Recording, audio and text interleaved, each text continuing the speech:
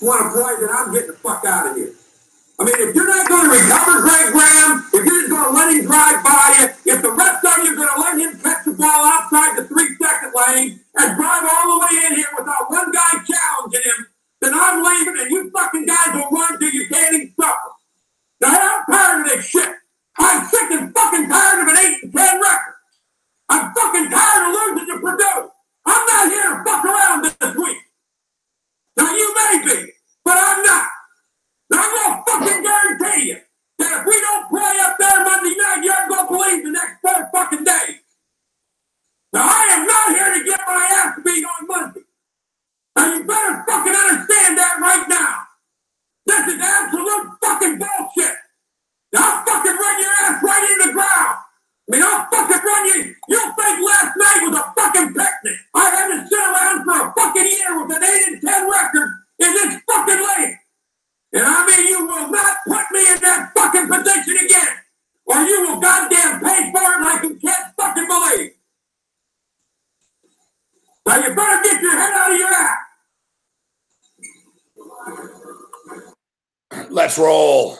The Twisted Tuesday has begun for the pimps, the players, the hustlers, the people that bust them, and everybody else in between. From Costa Rica to California, from Montreal to Minnesota, from Larry and Wawa to Las Vegas, Nevada. We figured we'd set the tempo this evening. Now, I'm not here to fuck around. Now, you maybe. I'm not here to fuck around. I'll fucking walk out the door right fucking now. I'm sick and fucking tired of losing to fucking Purdue. Let's rock.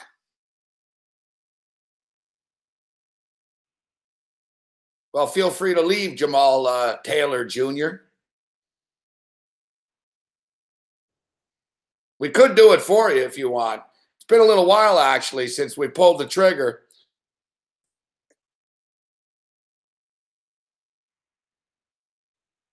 Isn't Jamal Taylor the fucking king of dumbass fucking comments about everything being fixed and aliens are coming to fucking impregnate you with a bunch of little Hillary Clintons?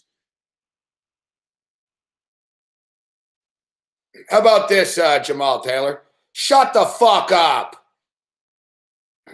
Is that a good way to start the show? Shut the fuck up. How's that? Is that a better way? You like that start of the show? You know what, Jamal Taylor? How about this? Start a YouTube channel, do your own fucking show, and start it any way you fucking like. Until then, shut the fuck up.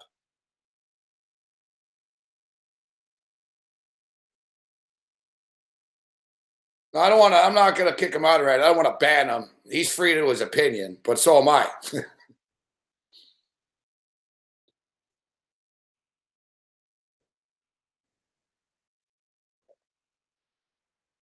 All right, so welcome to the Twisted Tuesday.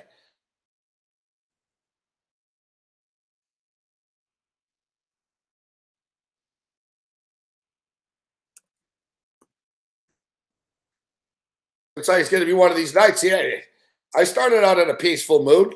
I just wanted to set the tempo with Coach Bobby Knight, but unfortunately, we upset somebody. Let me just make sure we're good to go here. We good?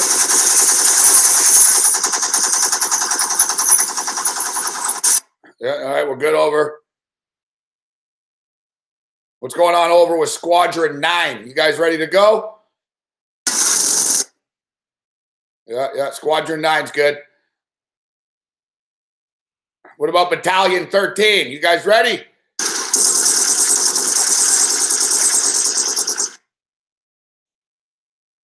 What about our Troll Hunters? You guys good? Troll Hunter? Troll Hunter. Troll Hunter platoon. You're up. You ready?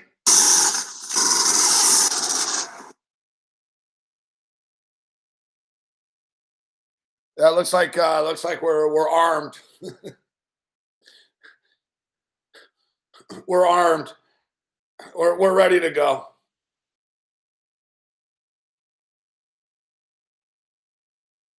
Pretty rude of the guy. Open up a show, and he's telling us how to open up a show. When you host 13 fucking thousand shows for the last 16 years, you come talk to me.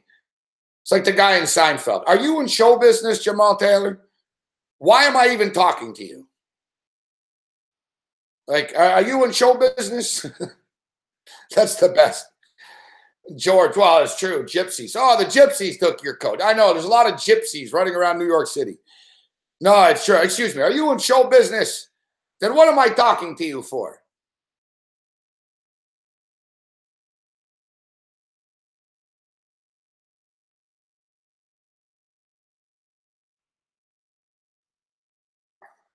I don't know what mooly means, Lester's Reef.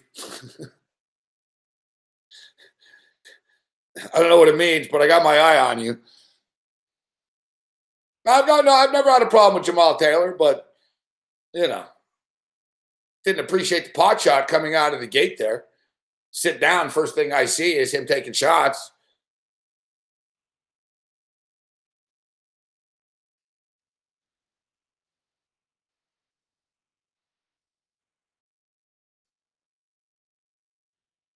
All right.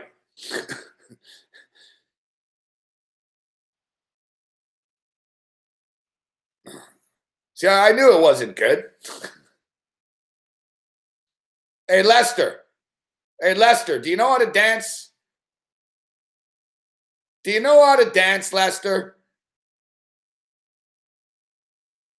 I hope you do.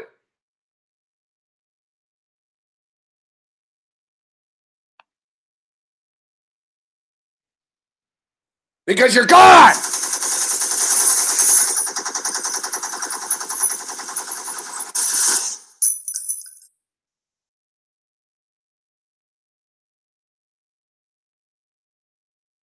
Yeah, we've had a peaceful couple of weeks over the last couple of weeks here on the program. We've had a peaceful couple of weeks. I haven't used the phrase settle down very often, and I haven't pulled out the artillery. Here we are. I've already spent 300 bullets.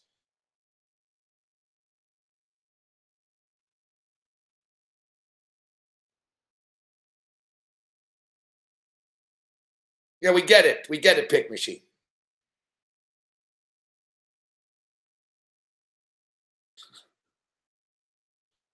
Hit the road, Lester. Settle down, Drew. What's your name? Furstenberger? Yeah, like that's your real name. All right, so what do we got here? We got Sweden. We got Sweden and Switzerland starting. Some women's hockey. I didn't know the women played at any time besides like at fucking 2 a.m. So Sweden and Switzerland. How the hell do we not take the under? How do we not jump in on the under of this? It's 4.5 minus 134. We're taking it. I'm going in. We're checking in. So we're kicking it old school on the program tonight. Jeff Feinberg steps up and in. Jeff Feinberg. We're going to talk we're talking golf on the program tonight, man. We're talking golf. We're talking about everything when Feinberg comes on, but Feinberg is a very good golf handicapper. So we're going to talk some golf, all kidding aside, Riviera this week. I like the Riviera Country Club, Los Angeles, California. You know the movie Two for the Money, Brandon Lang. Brandon Lang used to be a regular on my show. Except he upset my bosses at Sirius. Fuck, he really upset them. Like, I had John Rocker on my first night on Sirius, all right? John Rocker was my first guest on Sirius Satellite Radio, on Hardcore Sports Radio. They fucking flipped. Like, they knew, like, when they hired me, like, fuck, you know, they were uncensored and whatever. So, first night I have John Rocker on, and they were fucking pissed. They're like, wow, fuck, we didn't know that you were like, you know, we didn't know you were going to like John Rocker. It's just not like about John Rocker. I say, hey, he's a good guest to get on. He's controversial, and, you know, they're like, yeah, but you mostly agreed with him. And They were like, it sounded like you were his buddy. I was like, I wasn't his buddy. He was, So what do you want me to do? Fight with the guy for nothing? So I had John Rocker on. They're really pissed, fuck. So they're like, don't ever have John Rocker on again. So I got into it with him right away, right off the top. I'm like, listen, fuck, you're not going to tell me who I can have on the show. If you don't like the show, then this isn't going to work out. If after one night you're freaking out because I got John Rocker on. I said, I'm not going to, be worried about offending you guys about the fucking guest I get.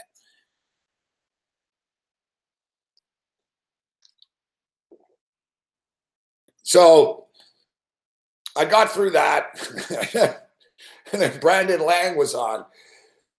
And Brandon Lang upset them a few times, but finally Brandon Lang went off. He started really ripping Chris Bosh one night. And it went too far. Like, you know what? I didn't think it was that bad, actually, to be honest with you. He said Chris Bosh was like a fucking idiot. And basically, I don't know what he dropped. Fuck, no need to go back. So he was mad. All right. It was like, we were live on the air and Chris Bosh missed a free throw. All right. At the end of the game. And Brandon Lang fucking lost it, man. He fucking lost it. But instead of just getting mad, he started getting personal about Chris Bosh and shit. Like, this motherfucker. And, it was really over the top. And my boss calls me. He's like, that's it. He goes, I don't want to hear about your integrity about the guest. He goes, yeah, it's done. It's done. If you have that guy, never on ever again, Brandon Lang. And so it was funny because Brandon Lang was on my show for years. So Brandon Lang was on right when the movie came out and shit, right? I thought he was fucking funny as fuck. Brandon Lang's videos are some of the fucking funniest videos ever. All right. It's fucking Lang sitting in his office, and every video starts the same with all right, guys, it's week 2 of the NFL. We're going to make you some money. He goes, first off, I want to tell Rick in San Francisco to go fuck himself. He's like, I don't want you ever watching my channel again. He's like, Brandon Lang's so sensitive. So he's got the list of people that trash him on the internet. He's like, in the gym in San Diego, you know what? Fuck, when you get a movie made, go fuck yourself too. And then it's 18 minutes of Brandon Lang telling everyone to go fuck themselves. And then 2 minutes of picks at the end. I'm Brandon Lang. The videos are laugh out loud funny. Really, really good stuff. So, So Brandon Lang actually was a caddy at the Riviera. The movie makes it seem like he was a high roller his whole life. He was just a degenerate gambler, sort of a hustler guy, job to job. And he was a caddy at the Riviera Country Club in Los Angeles, California. And whose bag did he carry, Jeff Feinberg? Rene Russo. Rene Russo. Now, Rene Russo is married to, I don't know, Steven Soderbergh or, one of those fucking guys. Bruckenheimer, I don't know. I think it's Soderbergh. The guy that makes sort of bad movies with Sharon Stone. I think it's a Soderbergh guy. So Brandon Lang on the bag, and he got along with Russo and her husband. So when they went to the Riviera Country Club, they would, he was sort of the caddy. He fucking started, what do you do? Oh, I gamble, I sell picks. And they're like, oh, that's a fascinating world. He fucking pitched the story on the golf course. Brandon Lang was a fucking caddy at the Riviera Country Club. And the next thing you know, he's got Matthew McConaughey playing him in a movie. So say what you will about Brandon Lang and his picks and all that type of shit. The guy was a caddy at the Riviera Country Club and parlayed into a movie in which Matthew McConaughey played him. Let's bring in Jeff Feinberg right now. What's going on, Feinberg? I'm doing all right, Gabe. You said that you did a week intro. I wish you to. What's that? Your audio is a little muffled there. Sorry about that. Sorry. Can you hear me? Yeah, there we go. That's better. Yeah, you were a little muffled before, but that's better. All right. If you can't hear me, I can. If it's a problem, I think I can get a mic. So let me know. No. It's good. It's good now. All right. Yeah. So I was saying about Brandon Lang at the Riviera Country Club. Hey, if you're going to be a caddy, that's a good caddy. That's a good place to be a caddy at, Jeff, because it's all Hollywood bigwigs there. That's where the LA Elite play. Yeah, come to think of it, a lot of those guys, they think probably being a waiter or a bartender is their way to pass a screenplay. I mean, it's the joke stories about everybody with a screenplay in their back pocket, every waiter in LA, but Riviera, LA Country Club, that might be the better place maybe to seek employment, on your, if you're You're an on the actor. course for 4 hours with them. You're talking. They get to know you a bit. Next thing you know, Yeah, you're working on the Paramount lot. Fuck. yeah, there it is. So, Brandon Lagno, he had a nice little run, Jeff. He parlayed it. He got some fame, but the problem was he didn't win enough, right? So he got the people, everyone flocked to his website. He got so much publicity. He was like a regular on TMZ every week with the picks, and he milked it. He got a nice little run out of it, but he imploded. He just didn't win enough, and then the reputation started to take a hit. You got to win. A lot of coppers have told me you don't really have to win that much. You just have to be 50%. Yeah, sure. I was going to say, I guess you got to at least like flirt with 55, I would say. But yeah, fair enough. You have to give people the impression you can win. You know what I mean? Yeah. Yeah. And Jim Feist told me, Jim Feist told me that. He's like, man, winning is fucking nothing in this business. It's all about selling, right? Like the guys that sell the most don't necessarily win the most. Look at Jeff, big man on campus. Like the guy's 40 games over 500. Yeah, he's giving it away to people. So, all right. So quick picks here. You got the Denver Nuggets and the San Antonio Spurs. Bad spot for the San Antonio Spurs tonight. They played last night. Nuggets should get them. It sucks laying 5.5 with the Nuggets. It is what it is, but I think they're going to be able to get it done. We told you on a radio show today that the Minnesota Timberwolves, and we told you last night, we tell you every night, the Minnesota Timberwolves are the most overrated, choking bastards in the NBA, getting fucking pasted. 126-108, cash it. We're on the Houston Rockets, but unfortunately, we are on the Oklahoma City Thunder, and these motherfuckers have only scored 9 points in the fourth quarter. NHL hockey, the Vegas Golden Knights, big favorites. They're minus 230. It's already 1-1 right now. They're 7 minutes into the game, already 1-1. They're minus 230 right now on the money line. And as far as, like I said, I'm going to take the Denver Nuggets here this evening. We're on the under 4.5 in this Sweden-Switzerland game. Let's talk some golf. Jeff, let's talk some golf. The Genesis Open, Dustin Johnson, 5-1. And I talked a lot of golf today. Cam did a golf hit out of my place today with Coach Esser, breaking it down. And everybody's in love with your boy DJ this week again at 5-1. Yeah, me too, Gabe. But I don't think there's anything like enough DJ. I've done everything I can to parlay with every bet I've made. I've taken a percentage of it. At the back end of every fucking parlay. Is it one of those deals? You make a basketball bet, DJ at the back. Yeah. Like $25 of that bet is going on to a parlay with DJ. You mentioned the Nuggets. I need that money line to cap one off. I got the Blackhawks to cap one off. I had the Cavs on one. I had the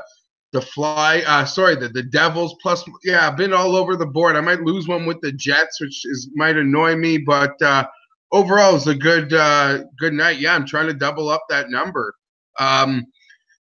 Gabe, this is his place. This is where he started his 3 straight victories last week. I was a sucker to think it could happen a week ago at Pebble. He was the chalk. He was minus money heading into the final round. He was minus 200 at certain points. I was really disappointed he couldn't pull it off.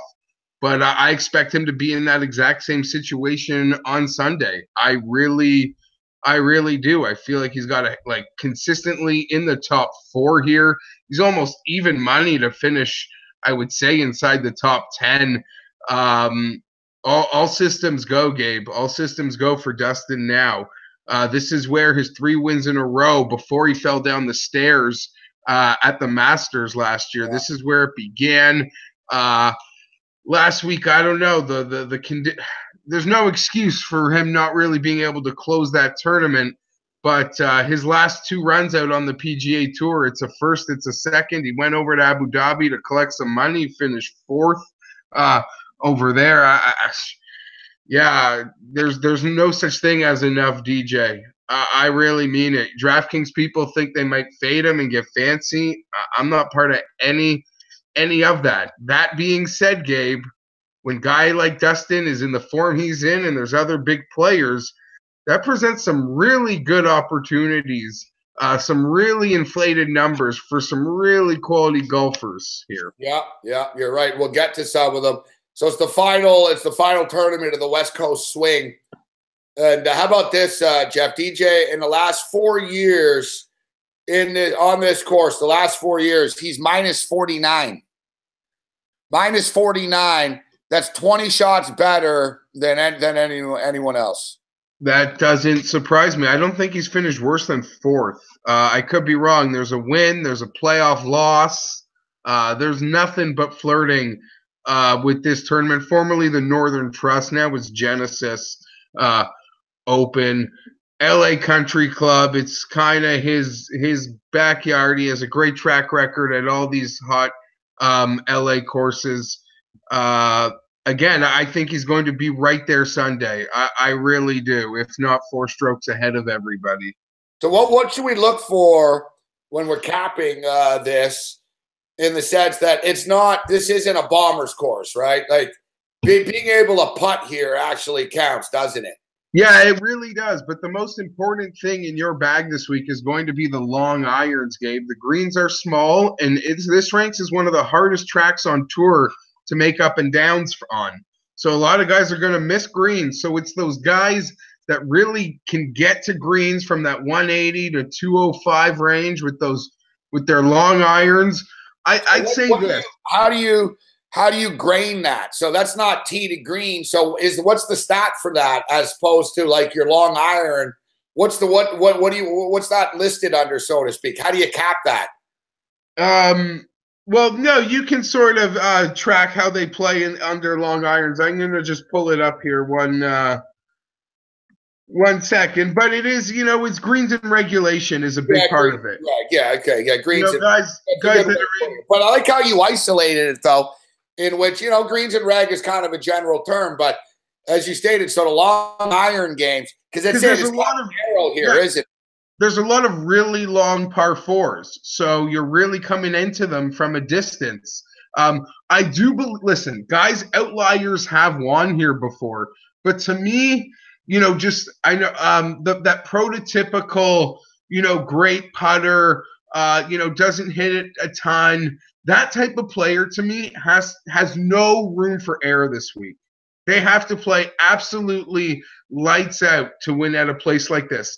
I would say this, the prototype of a player that I think you would look for here, other than the fact that he doesn't win, is Paul Casey. A guy that just is very solid off the tee, is fantastic with his long irons.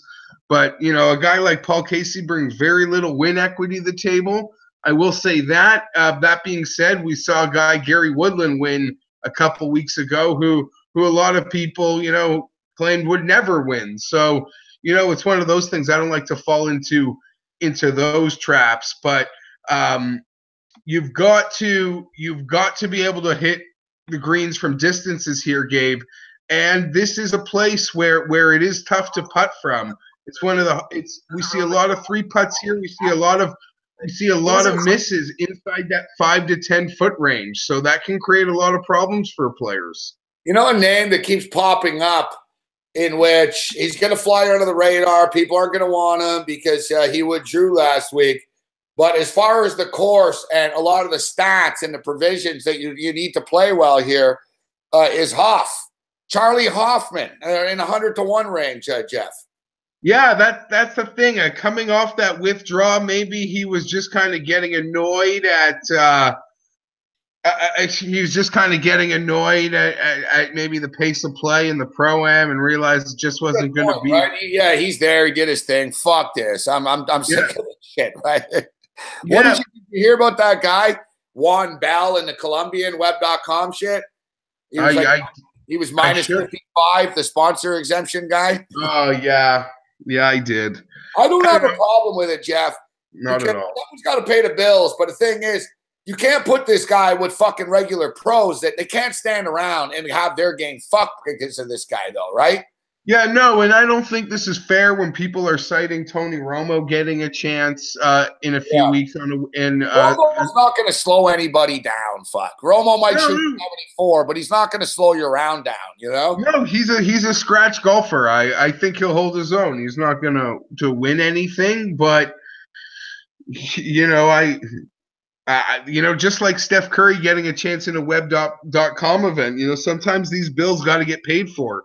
And you have no idea who's getting these sponsor invitations. You know, to pick any tournament out of a hat, you know, John Deere, for example, there's kids, there's former like local guys that are just writing the tour director, begging for a tour spot, like a spot in this field. So I hold no ill will. And Gabe, just to bring it up, in the strokes gained on par fours in the 450-yard to 500-yard par fours, there are 6 of them at Riviera. Going back over the last 8 rounds, Daniel Berger is the leader in that category. But, you know, that might be a smaller sample size. Over the last 50 rounds, he ranks 3rd. Justin Thomas, another guy, if you like the chalk, you know, I'm a Dustin guy, and I found ways to parlay him. But, you know, I don't know. It's kind of silly to think he's got 3 times the chance of winning as a Justin Thomas sitting at 16-1, who statistically does a lot of the things I mentioned here. So you mentioned it, as you mentioned. Yeah, DJ's playing great, yet he's one guy, and shit can go wrong. And you've got 10 of the top 20 players in the world here in this field, including Jordan Spieth at 12-1. You're getting Spieth at 12-1. You're getting Rory at 12-1. You mentioned Justin Thomas at 18-1. I want to get your take on Phil, because Phil loves those West Coast courses. So this is a spot where he's had success. But, Jordan's. Let's start out with Spieth here, and then Rory, or let's start with Rory. They're the same odds. I've been burnt with Rory. You remember our boy from Vegas Insider that's a damn good Daly. He's a good golf capper. Yeah, Daly's been calling Rory to get that Grand Slam at Augusta a few years in a row. I know even he's tapped out now, dude. Like, I'm not buying it. So Rory last week, I'm happy to be here. I didn't play well, but look at the view. I'm here with my father and shit. Do you like Rory's game right now? He seems to be hitting the ball okay, but he doesn't string it together for 4 straight days. Yeah, I think the course really sets up for Rory. Listen, when I say the skill set of who can play well here, it really is it's no reason the guys that pop are these super elite players. 6 par 4s that range from 450 to 500 yards. You've got to be accurate off the tee, and you've got to be precision with some of these long irons that, if you're off, can get you in big trouble. To me, Rory, Gabe, he's the Pittsburgh Steelers of golf. When he's playing his best, you look at all those awesome fantasy players they have, and when everything's clicking, they're like the coolest team. And Rory can go shoot a 62, but you can sometimes tell really early in a game that we got the wrong Steeler team today, and Rory can flirt with a 79. Something like a Jason Day, even on his worst day, finds a way to shoot like a 74. Rory can shoot an 80. He has a bigger floor than a lot of elite players. I'm expecting a really big year for Rory. He'll be at the Honda Classic next week in Palm Beach, where he's had some success in the past. It wouldn't surprise me. What really worries me about Rory and kind of Jordan's putter, man, it has really abandoned him. And that means one of 2 things. We're still a few weeks away. But the thing with Jordan, Gabe, is it. One of these weeks, it's just fucking gonna click. And like the name of the new batch that I'm smoking, you might tell by my eyelids, called the Kraken, he is just gonna unleash the Kraken. The Kraken. Look at this. Look at this one. See if you can read this on the screen here. Put it up a little higher for me. Mango Kush. Yeah. Mango Kush. We know the same people, and they do have a great service as far as I'm getting healthier, Jeff. Fruits and vegetables, baby. I see it. I'm impressed. The mango fruit group. I see it. I'm impressed. So, but the thing is, the Achilles heel with... I'm waiting for that buy-in too. And I'm a Spieth guy. I jumped on that bandwagon. I sort of put him in that Jordan range. Like, I was like, this guy is, he's like, LeBron. He's the modern sort of superstar, not a flash-in-the-pan guy. And he's not a flash-in-the-pan guy, but he hasn't been locked in, Jeff. He's not winning tournaments, though. No, he's playing well, but he doesn't win tournaments. He hasn't been locked in, and his bread and butter has abandoned him. It has abandoned him, and he's always been shaky, Gabe, on some of those 4 to 8 foot putts. And I believe Riviera ranks in the highest among misses inside that range. And kind of like Rory, it's a real fine line for these guys. When you're Jordan Spieth and Rory McIlroy and you hit a ball from 185 yards to 5 feet and you miss that putt, it goes with you to the next tee. Like, a lot of the time. I mean, these guys are really elite players. Cam was so mad about Jeff with Dustin last week with Potter. He's like, fuck, driving him by fucking 80 yards. Gabe, I don't know if I'll ever really, I saw, it was minus, 370 in a head-to-head match. It is... Oh, yeah, I know. Potter paid plus 280, Jeff, on that Sunday matchup alone. I don't even know, what the example would be of, LeBron versus who in, a one-on-one match. And he loses. Honestly, I thought Jason Day might win. I thought Jason Day might win on Sunday morning. I thought John Rahm, even Ches Reeves been on a heater. But wow, I did not see Hainzer / Ted Potter winning that. I really didn't. I told Cam that we finally found someone with a bigger head than him. Fucking Potter. But what's crazy though? Not just that Potter wins. And the guy only had 1 win in his life. He won at the Greenbrier in 2012.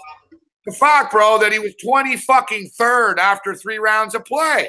I don't care who you are. If you're Dustin Johnson, you're 23rd after the 3rd round of play. You're not winning. Yeah. I don't know what you mean. 23rd what? Sorry. He was in 23rd place. No, after maybe the 2nd round. He was he was tied with DJ going to Sunday. Yeah, after the 2nd round, after 36 holes. Sorry, after 36. Yeah. And it's Pebbles. I mean, it was the biggest margin of comeback. You're right. After 36 holes, biggest margin comeback since Davis Love III won in 2001 at Pebble Beach. Yeah, Pebbles. The event is weird like that, Gabe, because it's a 3-course layout, and he was on the easier course. All the big TV guys, all the big celebrities, all the big stars, Rory, DJ, Phil, they were all playing Pebble Saturday for TV. He ended up on the Monterey Peninsula course that's much shorter. I think there's an extra par 5, and he slayed it. He slayed it with no wind, and he climbed, man. Moving day. Yeah, I don't know, man.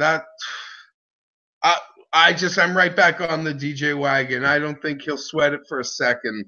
But that was shocking. I got to give credit to Potter, but I'm not over that yet. All right, so we've got Spieth and Rory 12, but you're more interested in Justin Thomas at 18. Then we get to Phil Mickelson, 22-1. The crowd's going to be on the Phil bandwagon this week too. Listen, he's got 2 wins at Riviera, Gabe. He's came off of Phoenix where, it's a course he likes to play at, and he played great. Another great week of making birdies at Pebble. I don't like the discussion of is Phil back or isn't he back? Phil playing great at these courses he historically wins at and plays great at. I don't know what to make of that. But that being said, look at all the courses Tiger wins at. They're kind of like the same places. You could tell next year at Pebble Beach he'll be really eyeing that U.S. Open Grand Slam. I'm just not there betting. It's crazy, Jeff. I see Phil Mickelson. Tiger Woods has won more recently than Phil Mickelson. It's been a while for Phil. And it's pretty good. And we're the only golf people in the world that have gone fucking 38 minutes, Jeff, without bringing up Tiger Woods if we're talking golf. We'll see. Yeah, that's unbelievable, though. Phil kind of gets a free pass for that. People, including myself, I pick on Tiger Woods. He's done. He ain't winning shit. Yet Phil Mickelson, fucking less recently, he's won Hasn't won since 2013. He finished T5 last week. He's not had consecutive T5 finishes on the PGA Tour since the summer of 2013. Consecutive runner-up in Memphis and the U.S. Open. So, you know, he hasn't strung together strong back-to-back tournaments. Well, here's the thing, Gabe. You know, as it pertains to Phil, you're probably not aware of this, but last year when he contended deep and ended up losing the FedEx St. Jude to Daniel Berger, he admitted after he was nervous. You know, I get all these guys, you know, they feel the moment nervous. No, he was like nervous. It's been that long since he's won. He's starting to feel the it's really starting to weigh on him. You know, the chances seem few and far between because what sucks for a guy like Phil, and you could maybe say the same about Tiger, there will be days where their best just isn't good enough. You're right. You know what? Rory, if one of these young kids decides they're just a beast that weekend, doesn't matter what a Phil or Tigers can do at this point. I'm not saying they can't win again. I'm confident. You're right, though, Jeff. Think about it, too. Not to get too dramatic about it, but then it starts to cross his mind, I might not ever win again. Yep. You know what I mean? Standing there thinking, fuck, man, I might not ever win because he knows that. You're not, I'm not as good as these kids. It is what it is. I might not ever win again. Then the fucking nerves start kicking in, even for a guy that's won a Masters before. Yeah, we saw it even a few years ago. He had a 5-footer to force a playoff with Vaughn Taylor at Pebble Beach on 18. Vaughn Taylor's carrying a travel bag with with like the sticks that with guys that play without caddies, and he couldn't even fend off him. So, yeah, that's interesting. And you mentioned we've gone all this time not speaking about Tiger, and part of me thinks, isn't that the beauty of it? That even Tiger said today, like, he's kind of just another guy at this point, and that's kind of a great thing. I would think. He also said something interesting at his presser today, Gabe, that he's noticed this younger generation that for about a few years used him as an advisor and would bounce things off of him. They've kind of shut him out because everyone's aware he's a competitor now. He's not everyone's friend anymore. He's not there to help you how to fix your putting or give you a suggestion right now. It's different if he's looking all punchy and you know he's all pilled up, banging some hot chicks. Hey, what up, Tiger? Good to see you. You're the best. Hey, what are you? Right now, they're like, fuck this. He's in shape. He might be able to beat me. You know, that's the thing. Tiger needs everything to fall into place. I'm pulling for him. I want to see him string together a couple of healthy rounds. You know what I mean? Man, well, Gabe, it's sort of like our horse, Jeff. You know, our horse is back after I don't care if you win. Get through the race. Tell me he's not hurt, and let's race again next week, and then let's put it together. Well, yeah. I mean, you could tell me what you. I mean, there's two theories of thought here because there are rumors that he's also planning on teeing it up next week at the Honda Classic, though not confirmed. That being said, Gabe, I look at the Honda Classic. He likes Florida. Well, yeah, that's the thing. He's a Palm Beach guy. This is like 10 minutes from his house. Even though the course doesn't necessarily suit him, that's why people were really surprised that he was playing this one. I kind of expect him to jump out of a Genesis car or something before this tournament starts. I'm really surprised he decided to play. You know what I would just like to see? I'd love to see Tiger win and just watch the bandwagon fill up and all the sponsors go running back to him and, oh, Tiger. And that's, dude, seriously, like, I know he's got money. I don't know how much money he has. We looked it up here before.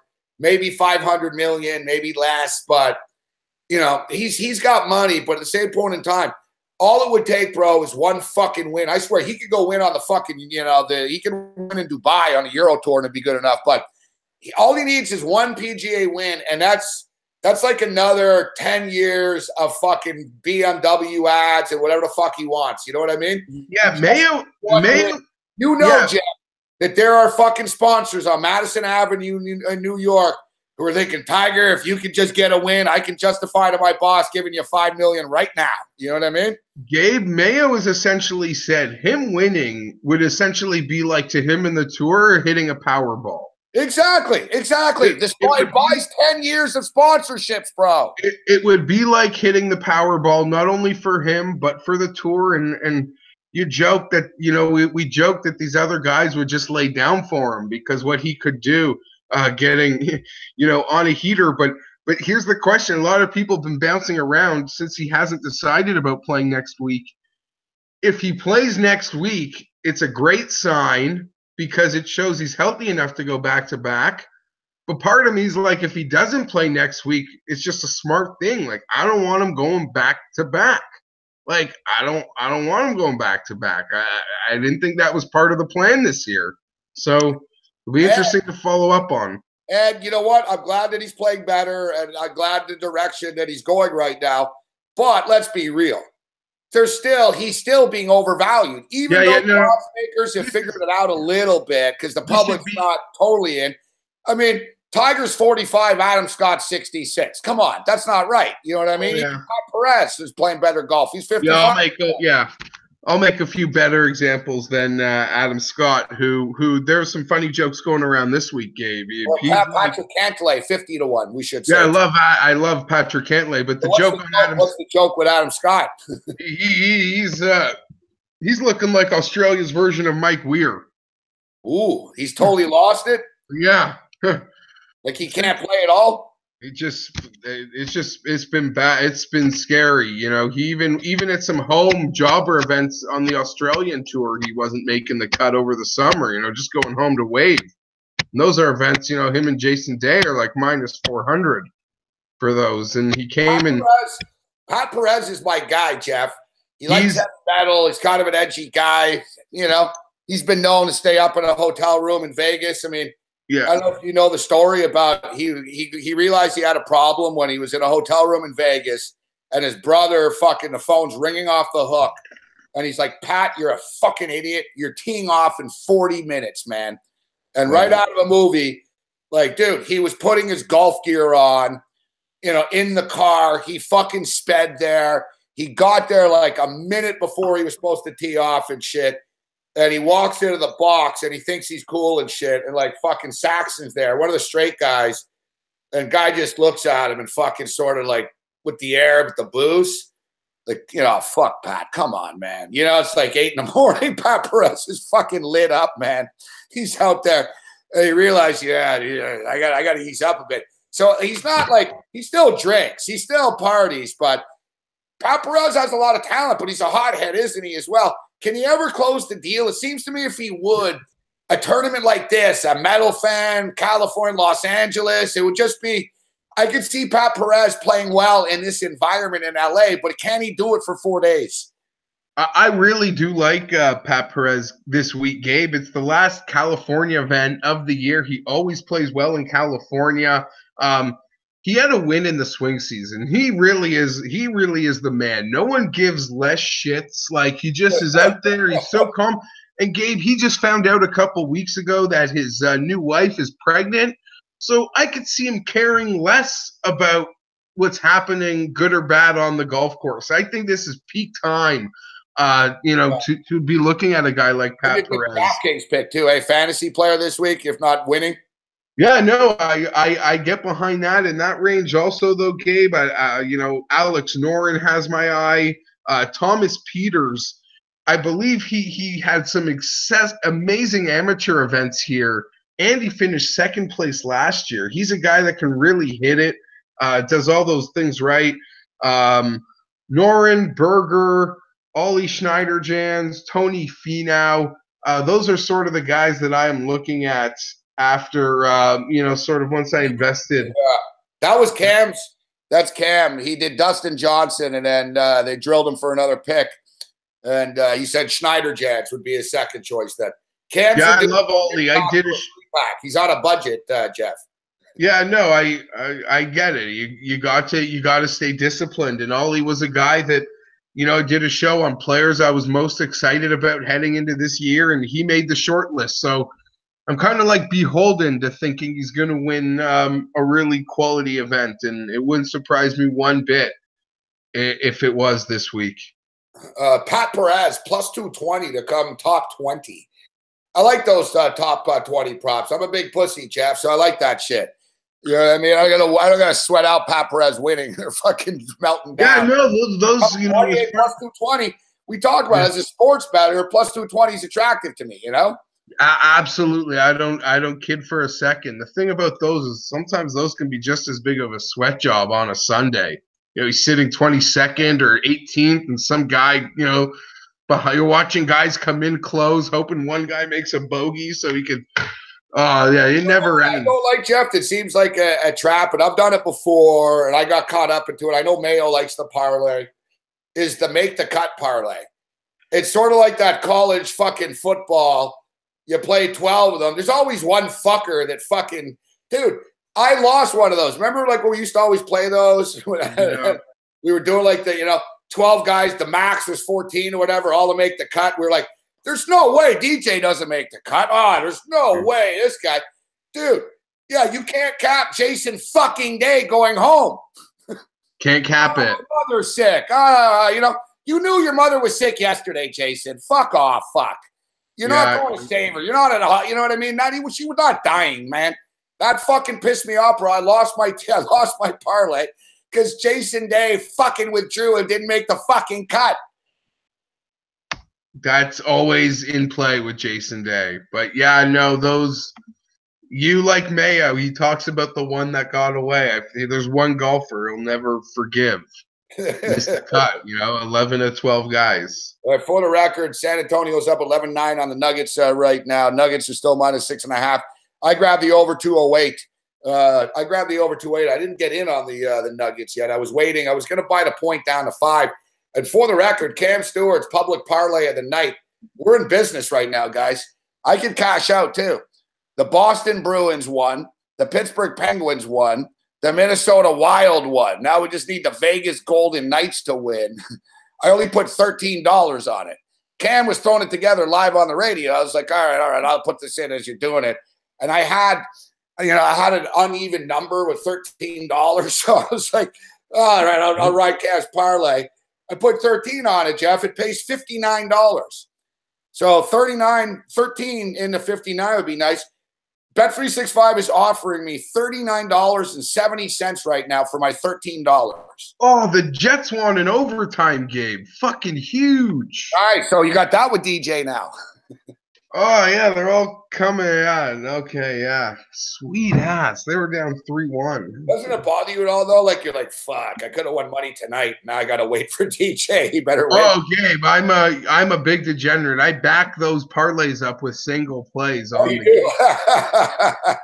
No, because you can't. I like your style, Jeff. Good. I like your style. Listen, just for easy math's sake, I'm not betting this much, but just for easy math's sake, say, it's like, oh, I want to bet 100 on the Jets tonight. I don't bet 100 on the Jets. I'll bet like 75 on the Jets, and like 25 would go into a parlay.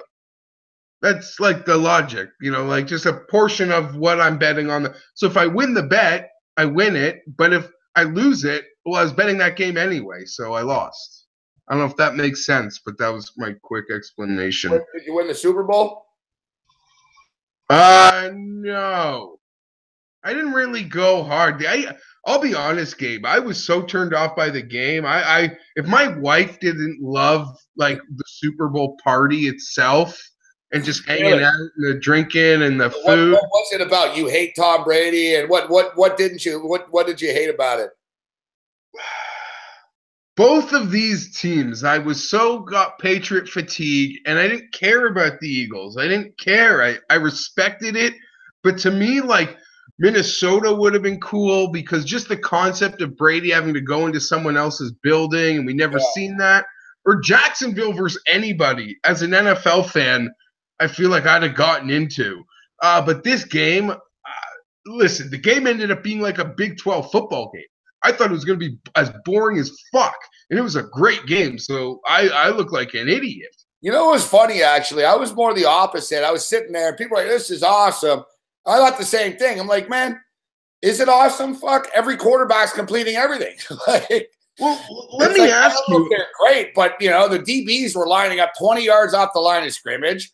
Nick Foles is dropping back. Brady's dropping back. Jalen Mills is like 20 yards down the field.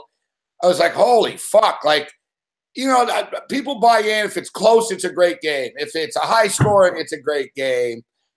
It was a good game. Yeah, it was a good game. I'm not going to take it away. It was a very good game. It was entertaining. I also expected it. It's like a movie I expect to be bad, and it's like marginal, and you're like, oh my God, that was great. Like I'm the opposite. I fucking nailed it, Jeff. I told people. I saw you had it I was even thinking about at you today and all those people that had like the Eagles to win by like 1-6, and that's I even stepped up, dude, and I said that the total's way too low. Take the prop over fucking 54 at plus 250. Easy money, Jeff. You know what I mean? And then in game, we were doing the live show, and they were like, "You're crazy." I was like, "Man, I'm taking live in game over 63.5 right now at plus 170." They're like, "You're fucking nuts. It's not gonna get a 63." I'm like, "Do you see anybody stopping anybody? Like, is anybody stopping anyone anytime soon? No. You know, like it's just gonna go on and on and on." So. For the record, guys, Jeff is a massive Charger fan, and probably a bigger Charger fan, and you are a favorite team of your team just because he's a psychopath. And when DJ wins this week, Gabe, I'm putting a piece on 40-1. I'll see you in fucking Atlanta. I'll see you fucking there. Next year of the year? Dude, 0-4 in a new city that no one wants us, where we didn't play a home game. We had fucking Hezbollah for kickers, 0-4, and like a new coach who does what we did, man. Like this team is talented as fuck, and I'm really excited. I'm jacked up. They got like a 2-year window to fucking play their asses off for Phillip, and the team is loaded with really good players. I'm just a fan, and I'm biased, but you look at those metric sites, your Pro Football Focus. You know, there's a lot of high-end players and a lot of really important positions on the Chargers, man. So, yeah, I don't know if they could just be supported. They don't play a home game, so in the end, they'll probably kill them. I just love we had fucking Hezbollah kickers. I'm thinking back. You remember Hezbollah? You had a fucking the poor Korean dude, I wanted him to be good so badly. What was his name, too? You're right. He looked like a good kid. He went out there. Yeah, honestly, I don't want to, come up. You knew he was going to miss, too. It's like, I remember once I felt so bad for him. I was like, well, kid, you're about to miss, and don't worry. This is about to be over, all right? It's like, if I was the coach, I would have told him that. I would have said, listen, kid.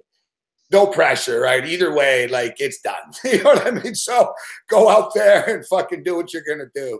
But hey, who picked up Arguello?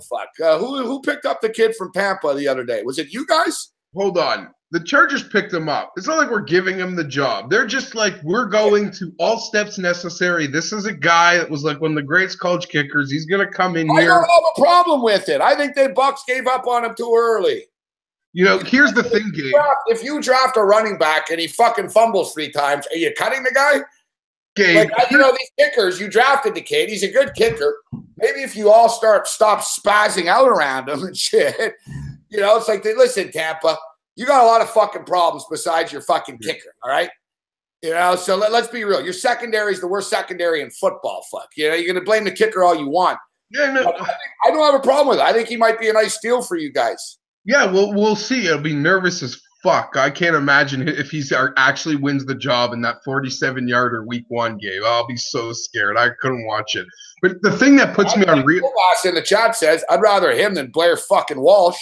Yeah, Gabe, but here's the thing that puts me on full tilt. Let's really break this down in the sense that not only did we cut – fucking Lambo, who ended up being great for the Jags. You even see him kick that 54-yarder at Foxborough to give him a fucking dude. That was like a Vinatieri kick that he did for them. And then our GM I think is amazing. Our roster is so deep, but we can't scout a kicker for our life. And you see the Eagles lose their kicker. I don't even know his name. Week 1, they signed this rookie that hits a 60-yarder. The Chiefs lose their kicker. They bring in a kicker that hits so many kicks. You're right. Everybody's got the Butker kid comes in off the street, never misses. Even after Christmas, I'm want to sucker missed in a playoff game. It cost me my long field goal prop, motherfucker. But you're right. Yeah, no, he did miss that one in the playoff, but he did make a lot of kicks in the season. And I'm even dying. Like, I watched that guy on the fucking Argos kick. You watch the Montreal kicker. You watch fucking Medlock. I'm like, if I need a 45-yarder, give me Medlock over anybody right now on the street. So I don't know what we're looking at. I don't know. It's sad. But if the Chargers can get marginal kicker play, man, listen. You're in Buffalo next year too, eh? You're coming up east. Yeah, I'm pretty fired up for that. I have a feeling it's going to be week 6, Gabe, because the Chargers, I believe, are in England week 7. Oh, and yeah. It makes total sense that we go like as East Coast as we can go, and just after Bills Chargers get on the plane and go to England. So I'm expecting right, New York, London, exactly. Anytime these West Coast teams have gone to London, they play an East Coast road game the week before. They don't go back home. They go from that East Coast road game to London. The Chargers are an interesting team next year. I'm not gonna discount them.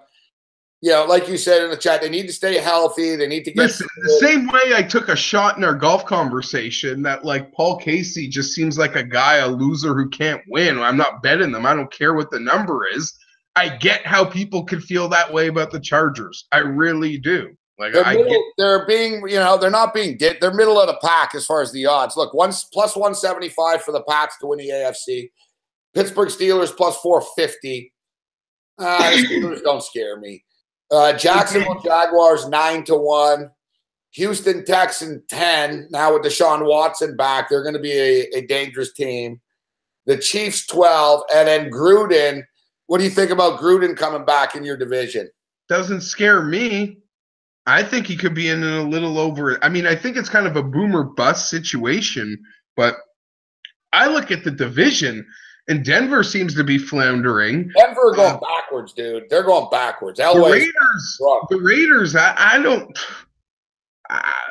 don't really. I'm not a big fan. The Chiefs, dude. They're gonna have Mahomes starting, and they're under 4.5. How's the under 4.5 looking in the hockey game? Guys, still scoreless. 2 minutes. They're 2 minutes into the second period. Right now Mahomes is going to be starting. And listen, I'm going to tell you, Jeff, I think Mahomes, I don't like Mahomes. Well, I'll say this. Like, maybe he'll be good. I don't know. Maybe, like, is he the next Deshaun Watson? Maybe. But I'll say this. The system, man. I watch Mahomes. This kid pissed me off a lot. He's good. He can throw. He's got a strong arm and shit, but he turns the ball over a lot. He's never, he's going to have a lot of learning to do. And he didn't play it all this past year. So now, like, you're throwing him out there. He's essentially a rookie, really. I'm not big on Mahomes. Maybe they'll be in 2-3 years. He's going to be a monster and all this shit. But I think the Chiefs could regress as well, dude, to be honest with you. I think it's the Raiders and the Chargers battling it out. Well, that's sort of why I'm high on the Chargers, because I'm blindly, you have your case on being against Mahomes. I'll say this about Mahomes. I don't think he's going to be a quarterback that's like marginal or going to lead 8-8 teams. To me, he is the epitome of I see him and I see boomer bust. It's all going to work, or he's going to be put on his ass week in, week out in that division by a Von Miller, a Khalil Mack, a Joey Bosa. I mean, there's beasts out there, but you see some of the highlights that he's moving sideways. He throws it on a dime. I just think, I get his preseason or against backups. I think he's going to be amazing or not good at all. I don't think he's going to be okay. I really don't think that's an option. And you know what? There's a lot of talk about Kirk Cousins, and it would hypothetically make sense. But we talked about this on a radio show yesterday. Everything out of Denver, dude, it looks like Denver's about to like dismantle the shit. Like, no one's talking about this, Jeff. Demaryius Thomas, his contract's up. He has an option. He can stay. He can tell them I'm staying or I'm leaving. And supposedly, he told them, I'm sick of this bullshit with the quarterback stuff. Like, I'm leaving. And Emmanuel Sanders is due fucking like $12 million a year, and they don't want to pay him. So they're going to lose. So if you're Kirk Cousins, and I know that Demaryius Thomas told them, I want out, fuck. This is bullshit. Kirk Cousins, what? I'm going to go to Denver and throw the ball to who? Fuck. Ben Fowler? Like, who am I throwing the ball to? I mean, who's my running back? Who's my offensive line? Like, the Broncos' offense is a fucking mess, Jeff, and Kirk Cousins just ain't going to solve it. They don't want to pay Sanders $12 million a year. Demaryius Thomas is fed up. He's been there forever. He's an elite wide receiver. He's tired of the Tebows and the Kyle Ortons and the Peyton Mannings. I know he won a Super Bowl with Manning, but, the guy never gets the fucking ball. And then he drops it when he gets it sometimes because he's cold. They're drafting a quarterback. They're going 5th overall, 6th overall. Are they not? Perfect. Just take fucking Josh Allen from Wyoming, right? He's the guy for it. Mayfield, they're taking a quarterback. Listen, I don't know. Everything you're saying. Mayfield, 1st overall right now. That's fucking crazy talk, man. I wouldn't build my franchise around Baker Mayfield. That would be very interesting. Well, let me, you got me on, so I'm going to just turn the Charger radio for a second here, Gabe. If you're the Chargers sitting at 17, do you, do you get involved, maybe even trade up to 14? Do you really like a guy, try to get Rivers back up here, or is everything about trying to just win right fucking now? Right now. Right now. Right now. Right now. I don't have a problem with a quarterback in the 3rd round, 4th round, but what's the LA Chargers' number one need right now? Like, if you look at their team, you watch them more than I do. Offensive line.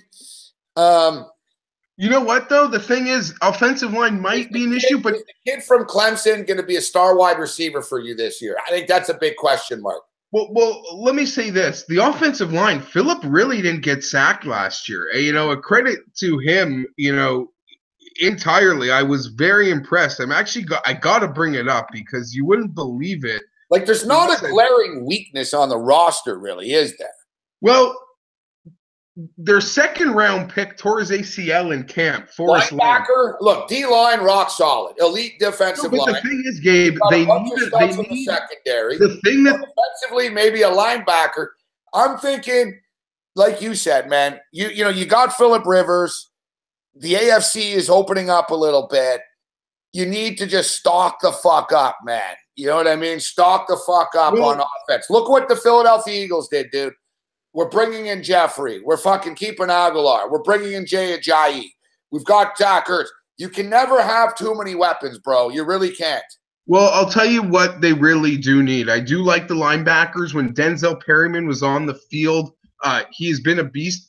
Think about Jason Verrett coming back, playing opposite Casey Hayward, with Bosa and Ingram putting pressure. Like, imagine those passing downs. The biggest issue for the Chargers, Gabe, is Corey Liuget at defensive tackle. If they had a dominant nose tackle, the defense would be literally insane.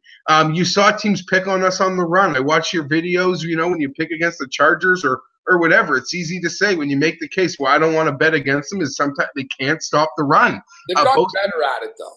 Bosa and Ingram, when Perryman was in there. Bosa and Ingram, when the Chargers get you 3rd and passing, they can eat.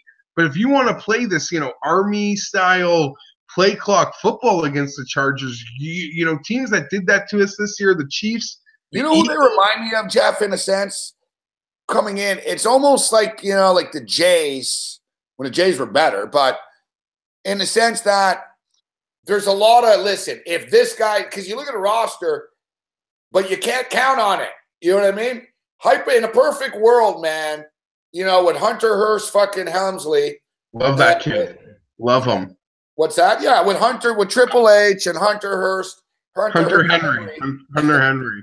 Yeah, Hunter Hearst Henry. No one calls him that besides me for some reason. But his brother's the number one recruited tight end right now, getting offers from everywhere. Got Keenan Allen, who's a stud. Mike Williams could be a stud, but there's a lot of but Keenan Allen's never really, is he going to get through 16 games? Is Mike Williams going to be ready and get through Clemson? Is he going to be able to do it? That's my concern. Like, I would like to I'd almost grab that kid out of SMU, that wide receiver for you. We're getting you another weapon, Phil Flick. So now, if someone gets hurt, it's not the end of the fucking world. Because that's the thing, dude. Over the fucking years, man, he's throwing to guys. I don't even know if he knows their names, Jeff. Fuck. Yeah, no, I say it. Classes, fuck. You know what I mean? Seiji Ejera Tutu. I mean, there were some weird motherfuckers that Phillip was throwing the fucking ball to. You mentioned Terrell Williams. Receiver, if Mike Williams is healthy, is actually, I would say, a position of of a bit of depth. In all honesty, in my opinion, for the Chargers, I do agree you can never have too many bodies. I'll be honest with you. I don't know if Melvin Gordon is good or if he's just good because of the volume that he gets in our offense. Another one, too, where if the Chargers need a tough 3rd and 1, Gabe, I don't know he can get it. I like this. Not old school Lorenzo Neal anymore. Fucking, that's the thing, Jeff, and that's what's a perplexing thing with the Chargers, where it'd be tough in the fucking room, the war room. Melvin Gordon's good, but is he good enough? Is he healthy? Is he going to take us to the next level? Like, you have all these guys that are good where it's like, fuck, are we really going to draft a running back already and push Melvin? But you know what? Yes. I would say yes. The competition is good, man. You know what I mean? Gordon, you guys can't go in here and, it's going to be good, and we got Oliver, and, like, it's not enough. Fuck. I think this. I like the other. I like Eckler. I think he was exciting at times. But you're not wrong, Gabe. And you looked at that Super Bowl. I mean, is that Super Bowl a microcosm of everything, the rules and just everything the league wants and has been building for modern football to be? Big 12 sort of. Is Big 12 football coming to the NFL kind of permanently? No. You know what's crazy? I think we have a regression. And look, the NFL has set a record, guys, basically like for the last 9 years in a row consecutively for more passes attempted. All right.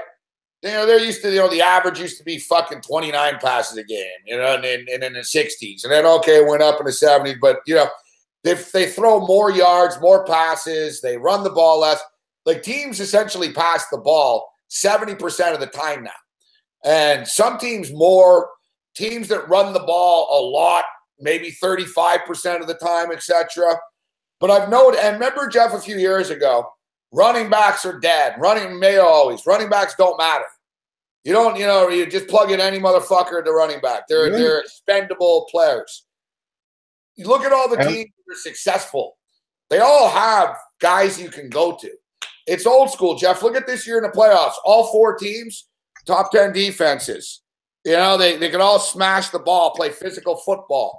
I think the little air raid shit, you got to be able to score, but I think the running back and the physical football is still coming back. And I think you see a lot of more teams going back to this, and let's just fucking play some smash mouth football. Yeah, I mean, listen, a running back went high in Ezekiel Elliott. Saquon Barkley is going to go inside the top 3. So, has Leonard Fournette been a bust? You think they're disappointed? They had a battering ram, right? Smash football. Fuck, got him to the AFC Conference Championship game. Listen, Gabe, I would say honestly, one of my favorite rants of yours forever, and I use it, and I always give you credit, is, and you say it lightheartedly, but as a sports fan, you mean it 100%.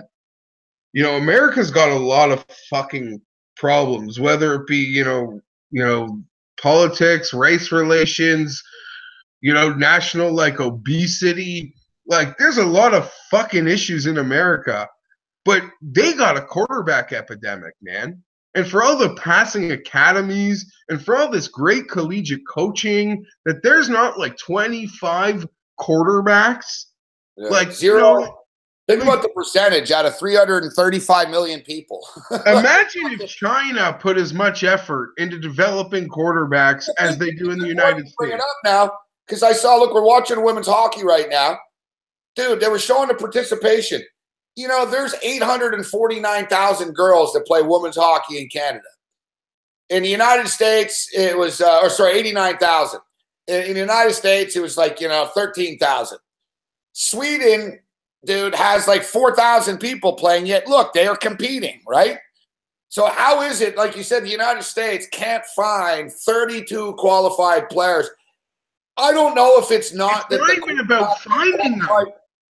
It's baffling. Maybe they're not getting a chance, though, Jeff. Maybe there's a bunch of guys that would be good quarterbacks, but since they don't look like Sam Darnold and fucking Mel Kiper's not fucking pimping them up, and they're not 6'4" blonde guys out of USC. You know how many USC Trojan quarterbacks have won a fucking Super Bowl? 0. None. Yeah, I don't know. They don't look like Russell Wilson. and they didn't play second base. Wilson's too small. Deshaun Watson didn't have arm strength. Dak Prescott, fourth round, throw in. Yeah, no, I don't know, but it's not. Yeah, and it's not like there's not an effort being made. I mean, think about it from the academies in high school, and I'm just amazed that there are not more the quarterback play at the pro level isn't more competent. That's why personally, Jeff, I prefer the mobile dual threat quarterback. If I was an NFL team, it's less of a science, dude. You know what I mean? It's like, okay, we're going to draft fucking Rosen, and he's going to throw fucking 22 interceptions in his rookie year. We're going to have to hope that he can read defenses, and we're going to have to do this. I don't know. Or I could draft Lamar Jackson, who I know is faster than anybody on the defense right away. I can roll him out and say, Lamar, we're going to roll you out a zone read option. If this guy's open, throw it. If not, take off. It's simplified, and you can win. Look at college football, dude. Alabama just won a national championship with a kid who never played before. Kid, throw the bomb. Kid, run right. You know what I mean?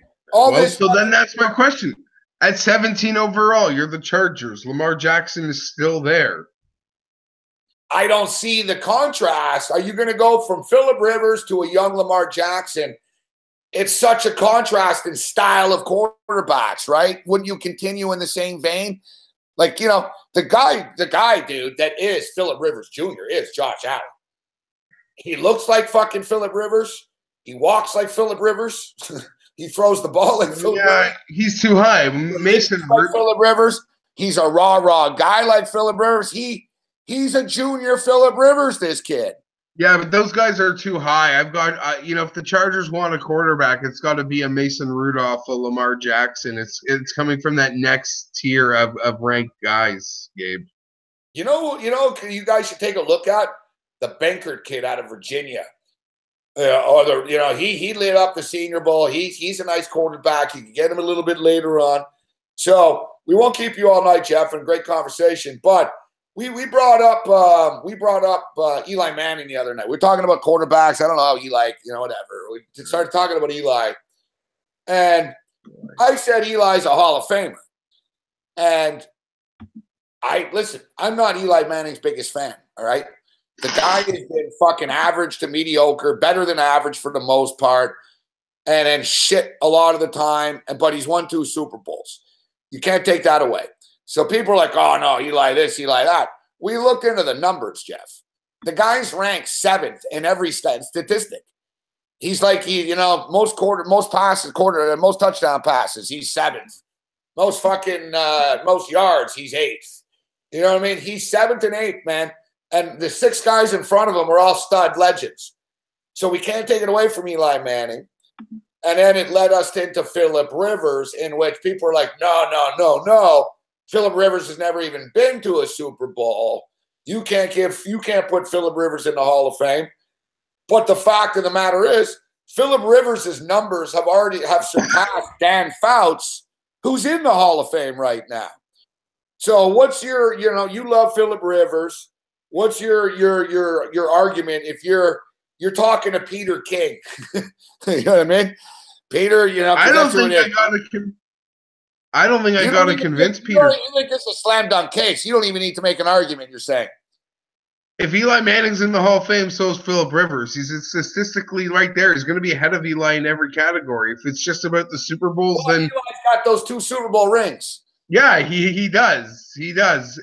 I'll tell you this right now. The Chargers would not have won as many games with Eli Manning at quarterback as they've won with Phillip Rivers. I believe that to the day. Look, Jim Kelly's in the Hall of Fame, and he's actually one of the reasons why we lost the Super Bowls. I don't like throwing him under the bus, but he's one of the reasons we lost. Like, Jim Kelly choked in pretty much every Super Bowl. I just think Phillip Rivers can get in. And listen, if you Super Bowl, look, Dan Marino only played in 1 Super Bowl in his fucking second year or his rookie year. I think it was his second year, actually, wasn't it? So he never made it back to the Super Bowl again after that. And he's a Hall of Famer.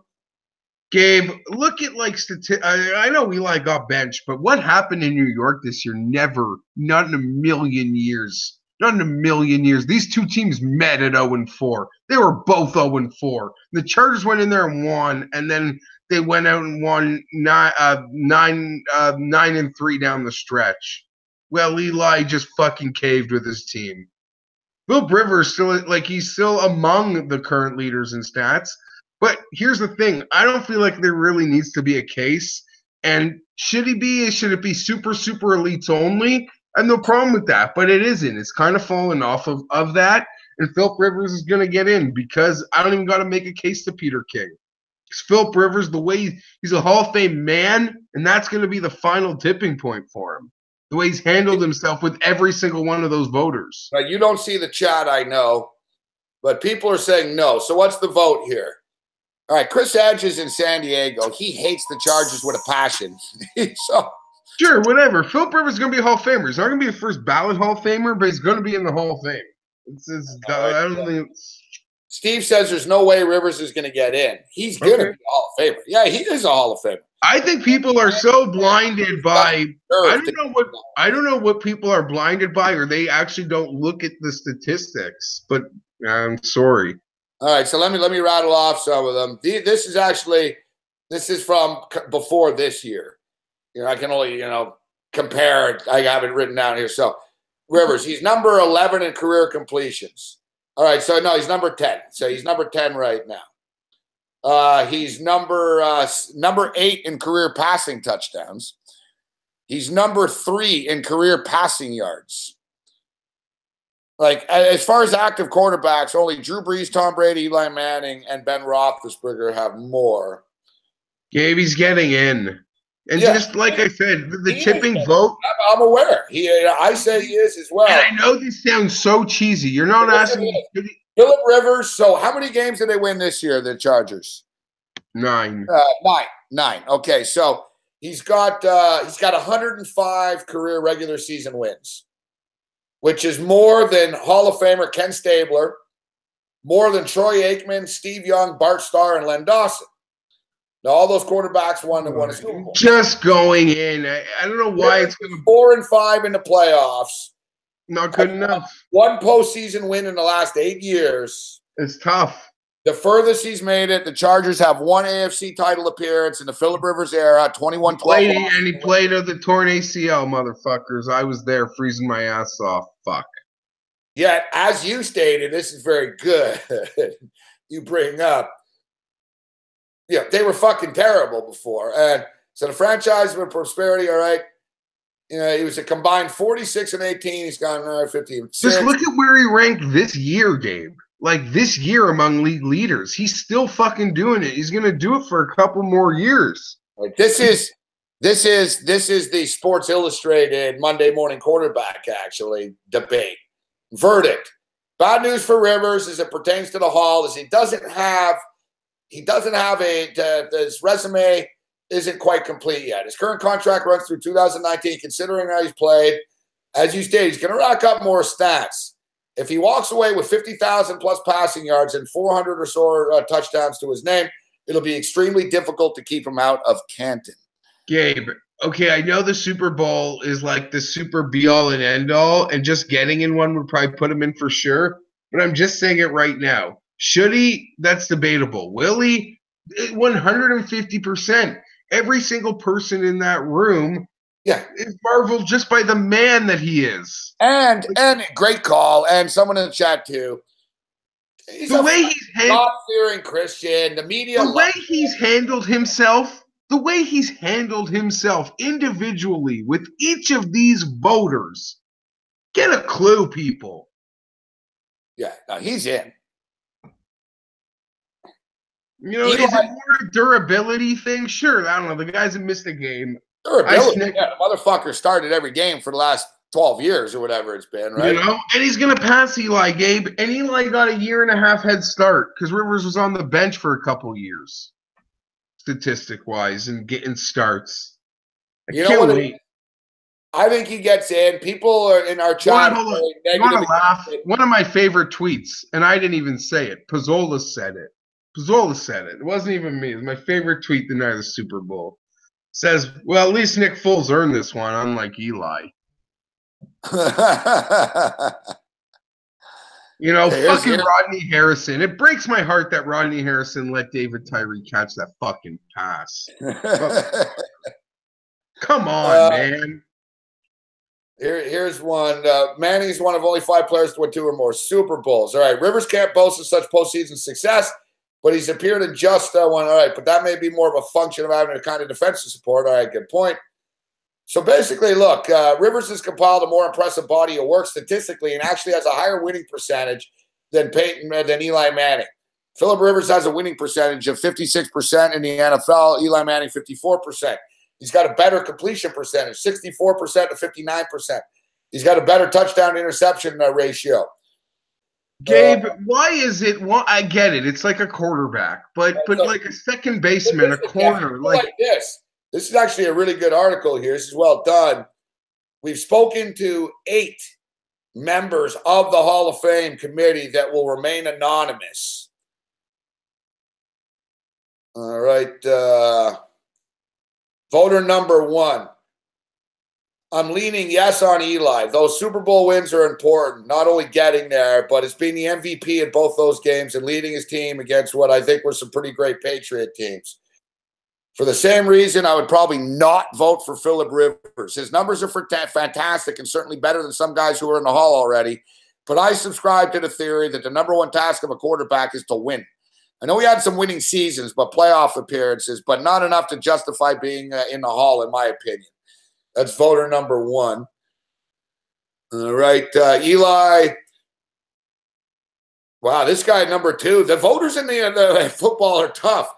Number 2 is like, I like Eli's body of work. Yeah, he won 2 Super Bowls, but there's just too many bad years and mediocre play for me. Philip doesn't have those years, man. And he gets to that, and he goes, Philip is a tougher call. I'm more open to being swayed on Philip than I am with Eli, but I'm still skeptical. His overall record really isn't much better, and that matters a lot to me. I just think if we would switch him with Tom Brady and Aaron Rodgers, would the Chargers be like the Patriots and the Packers, or the Patriots and Packers be more like the Chargers? Fuck, these Hall of Fame voters in the NFL are hardcore, Jeff.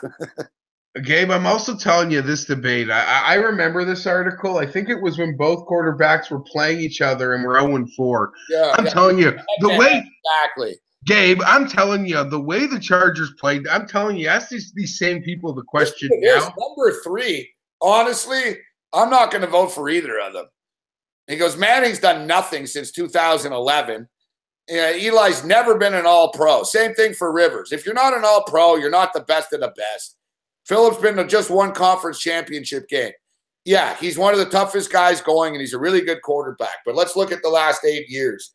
He's 52 and 66. He's led the league in interceptions twice. He hasn't had a season better than 9 and 7. I'm not putting him in the Hall of Fame. That's voter number. These guys are pretty hardcore, fuck. I thought it was more of a slam dunk. Now, this article doesn't speak for everybody, but it doesn't look like it's an automatic for Rivers, actually. You know what? I'll say this. Rivers actually has time. I think Rivers is going to have a much better swan song. So, book's still open. 1 run, Jeff, would put him over the top, I think. Honestly, if he gets to a Super Bowl, he's getting into the Hall of Fame. It's like that simple type shit. It would be the icing on the cake, but it seems like they need to be swayed, man. Yeah, I know. I get it. I get it. But I'm telling you, a lot of these people, if you ask them that question today, as opposed to when the Chargers were 0-4 going into that game versus New York in October, when I think this piece came out, I bet you they'd even be more inclined to give Philip his props. How about this? And Shano brings up, he goes, look at the class of 2018. Urlacher, Dawkins, Moss, and T.O. None of them won a Super Bowl. Now, it's different. They're not quarterbacks, but is it unfair, Jeff, that, Randy Moss gets in or T.O. gets in? They didn't win the Super Bowl. It's the only position. It's like, oh, you didn't win. We can't let you anywhere near the building. Gabe, in baseball, is it like that with the World Series? With anything? No. You notice in baseball, did you hear with Vladimir Guerrero once, Jeff, when he was just not inducted but announced into the Hall? Did you hear anyone once ever bring up, you know what, Vladdy never won a World Series. I can't put him in the Hall. No one said that. No one brought that up. You know, and I get it, the quarterback. I get it. You know, it's the premium position. But I think when it's all, he's not first ballot. I don't even think he's second ballot. But I think the room will just be swayed. I just think it'll Love just the happen. NFL talk. It's getting heated. Andy says Moss is the best wide receiver ever. I agree. At least that I've seen. I agree. Really? That I saw. I didn't really get to enjoy Jerry Rice, but I watched Randy Moss thinking, how in the world was anyone ever better than him? Calvin Johnson. Randy Moss was really good. I'm not going to, off the top of my head, listen, I think Jerry Rice is the best wide receiver. And after, I got a lot of guys ahead of Randy Moss. I got to be honest. But I don't know, maybe, Moss was on good teams too. Like, Michael Irvin doesn't get credit, man. Michael Irvin was fucking good, man. Michael Irvin doesn't get credit because he was kind of short and he was coked up and shit. Yeah, Moss was good. He disappeared sometimes. He was a little flaky.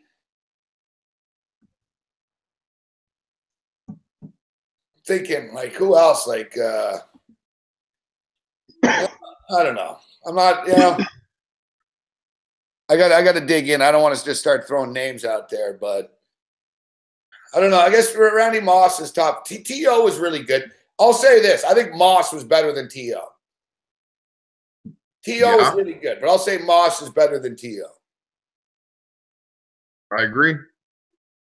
T.O. did play harder than Moss, as Kovac says.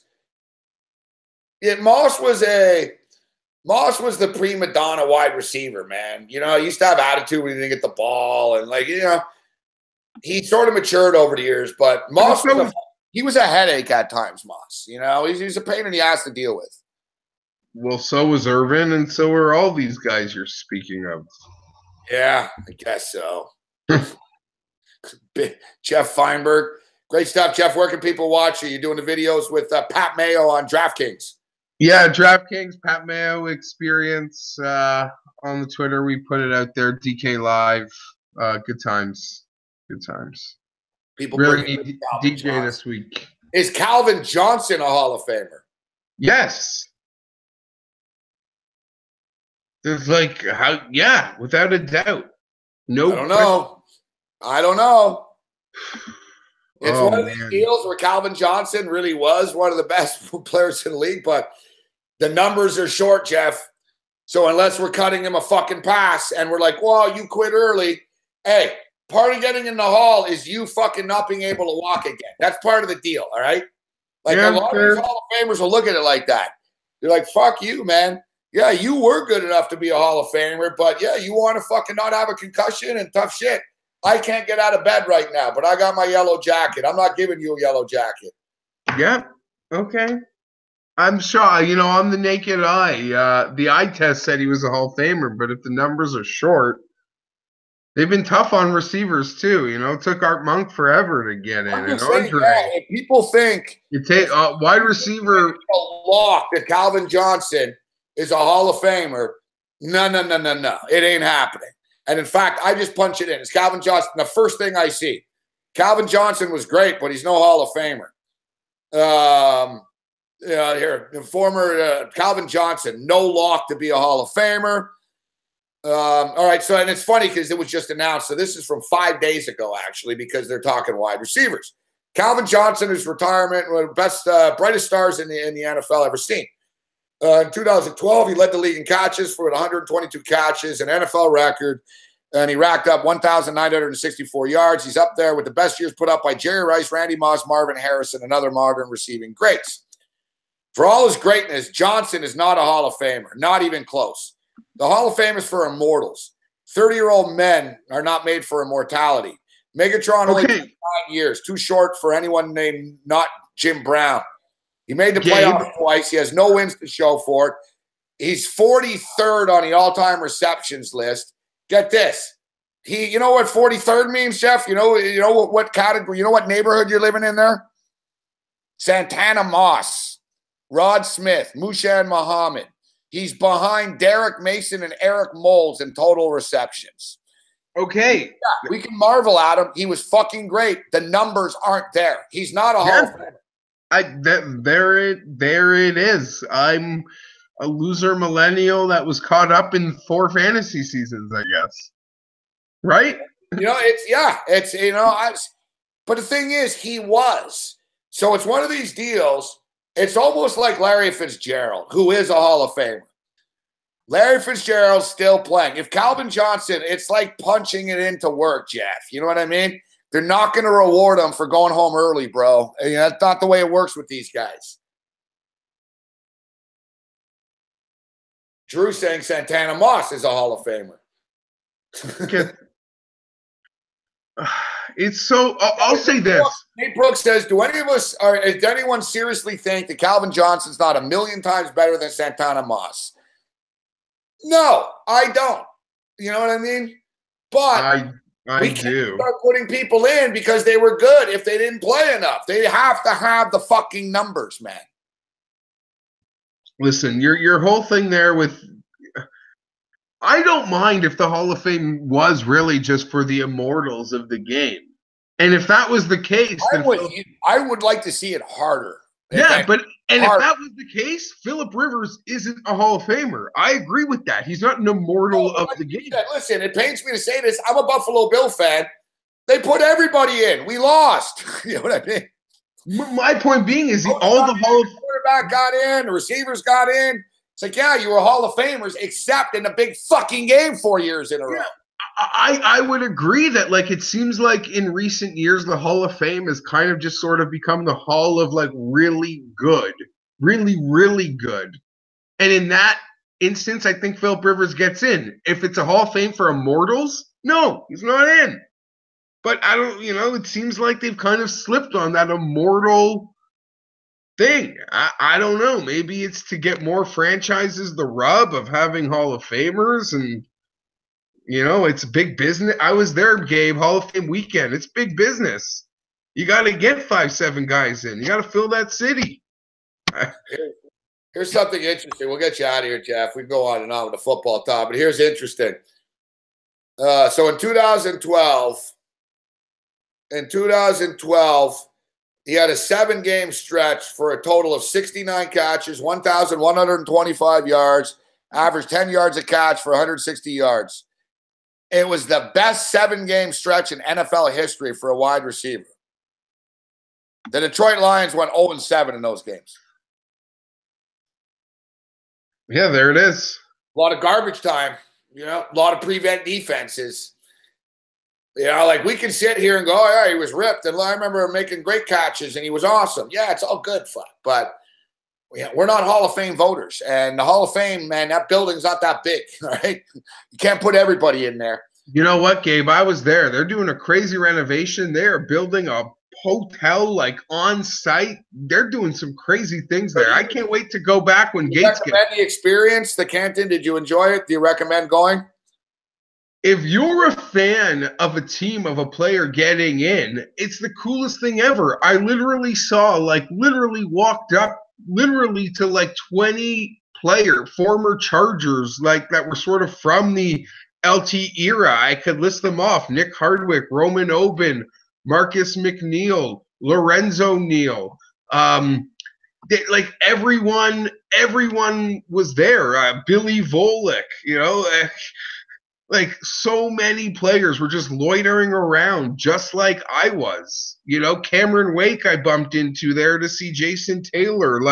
If you were into fucking, who went in? TD went in. I saw a bunch of Bronco legends, Romanowski, and oh my God, the safety. I can't believe the players are very approachable, aren't they? Because they're the old guys. They want to be remembered, right? And they want. Listen, I bought yeah, they love that shit. Yeah, I bought a floor ticket so I could be on the floor, and I was just loitering. As security, I was like, no, you're going to have a problem with me all night because I'm just loitering here. And I got pictures with everybody. Yeah, that's cool shit. Yeah, so if you're a fan of that team, I can't wait to go. I'm going to go back when Antonio Gates goes in, and I expect a lot of, his former teammates. And I, hope I'll walk into Phillip. Phillip Rivers. That's Phillip Rivers, the Hall of Fame. You're going to cry. No, but I mean, I look forward to seeing. No argument there. Antonio Gates is getting in. Okay. Yeah, and I make this joke. Great example someone brought up right now in the chat. Bo Jackson. Bo Jackson's not a Hall of Famer, yet Bo Jackson, anyone will tell you, next to Jim Brown, Bo Jackson is probably the best running back they ever saw in their life. So, no disrespect to Walter Payton, who's one of my all-time favorites. No disrespect to Payton, but Bo Jackson, Jeff, was on another level. Like, you know when you see a star running back in college, and you're like, holy fuck. And he did that in the NFL. You know what I mean? It was like, holy shit, fuck. Like, he's faster than everyone. Like, it's like, you know, there's a lot of running backs that were good. It was another level with Bo Jackson. Like, he was just like a fucking rocket. And he was big. So you were like, how is this guy going this fast? And so it was like, the only other guy I would compare him to was Herschel Walker or Jim Brown. Herschel Walker in college was like jaw-dropping shit. But Bo Jackson could run, but then he could run you over. If we all remember, he ran fucking poor Brian Bosworth over, who was a big dude and a tough guy, Bosworth, and Bo ran him right over, fuck. I love that Tecmo Bowl commercial with Car. At least I didn't run you over again. But Bo Jackson, no one can say. You can look at Bo Jackson and anyone, any great football player. Jim Brown would say, yeah, this guy's one of the best of all time. Didn't play long enough. The numbers aren't there. It's like Calvin. We can't just start putting you in because you're an athletic freak. You know what I mean? You got to hang around and do it. You know, otherwise everyone gets it. Tecmo Bowl, highly overrated, says Drew. Settle down, Drew. All right. Jeff, always a pleasure, my man. Thanks for joining us. Yeah, I'll do, again, closer to the Masters. Yeah, damn right. Always a pleasure. All the best, Gabe. Listen, I love Bo Jackson. He's not a Hall of Famer, guys. We can't put him in.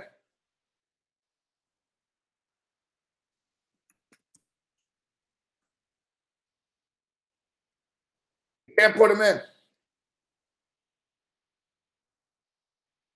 Here's Bo Jackson's football stats.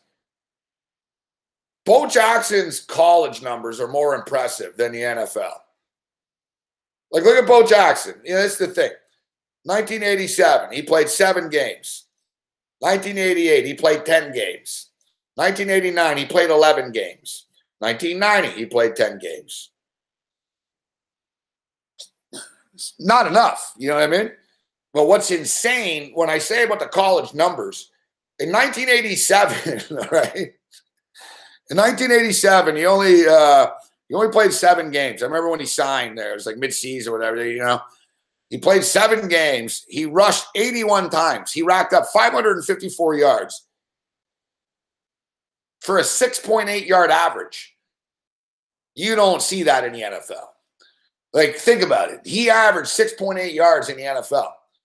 All right, his second year in the NFL, he played 10 games. He started 9 of them. He only averaged 4.3 yards a clip. 1989, he got back on track. He carried the ball 173 times. You know, that's the thing. Look, 950 yards. You want to put a guy in the Hall of Fame? You know how many 1,000-yard rushing seasons Bo Jackson had in the NFL? As many fucking Super Bowl titles as USC Trojan quarterbacks. None. Put the guy in the Hall of Fame. Fuck, motherfucker never ran for 1,000 yards in the NFL. Yeah, they didn't give him the ball. Like, you know, the thing with Bo, he was always hurt, fuck. So, it's funny, you know, I talk about this all the time. Perception and reality. Perception is Bo Jackson's a fucking monster. Well, reality is he got held to fucking 3.3 yards a clip into 1988. Yeah, he never scored more than 5 touchdowns in a season, and he never rushed for more than 950 yards. And you can't say, wow, he didn't play. He played 4 fucking years. You know, but now we should know he was playing baseball as well. So there was a couple of these years where, you know, one of the years I remember he joined him late because of the baseball season. Like, Bo was the only dude that could pull it off, play Major League Baseball. Now, as good as Bo Jackson was as a football player, and they say if he played all the time, he would have been the best and blah, blah. He was actually a better baseball player. he was actually more dominant in baseball, as crazy as that is. Like, you know, we all remember the fucking Spider-Man catch. Bo Jackson walked the wall once.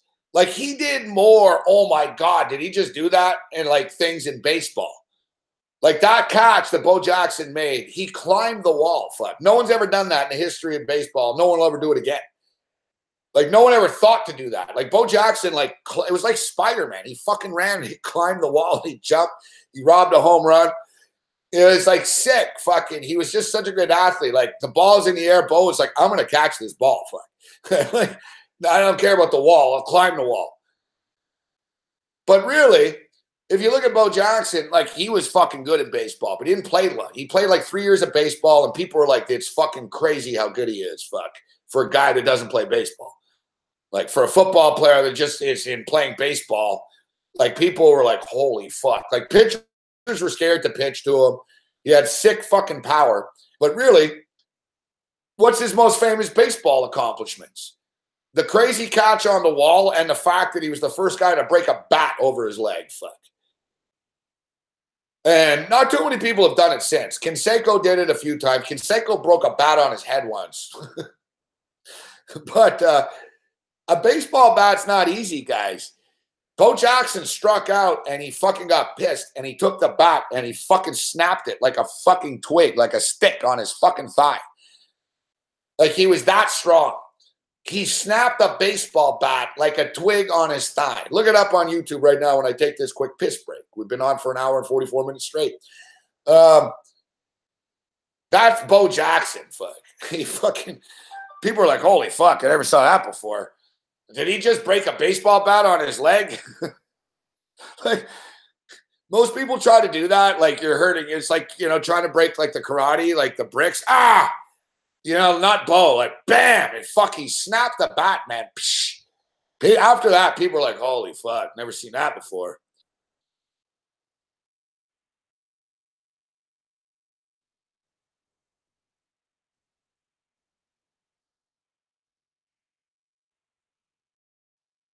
But Bo Jackson was actually a better baseball player. But it's a situation where he was a sure shot NFL Hall of Famer.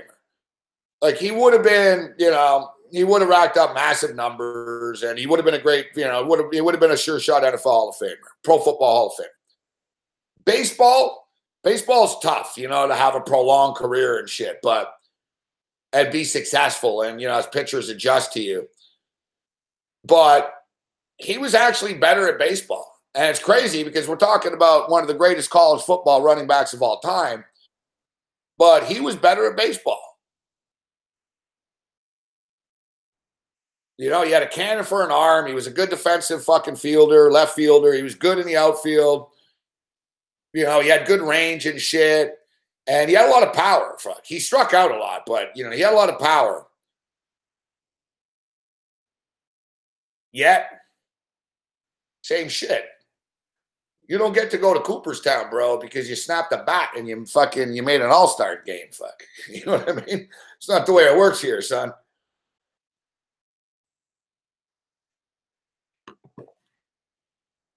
Bo Jackson, arguably the best modern athlete in America. You know, if you look at the accomplishments, the physical ability, you know, dominating in NFL and baseball briefly. I lived in LA. That's one, you know, one thing. I've seen a lot of greats over the years. But that's one thing I can say. I've seen Bo Jackson live. I lived in Los Angeles in these years specifically. I moved to LA in 87 for 6 months, moved back to Montreal, got all my shit, and moved to LA for real. I lived in LA during Bo Jackson's entire career. Like, I remember the day he got hurt and his career ended like it was yesterday. He played the Cincinnati Bengals. Playoff game. And it was crazy, too. It wasn't even a hard tackle.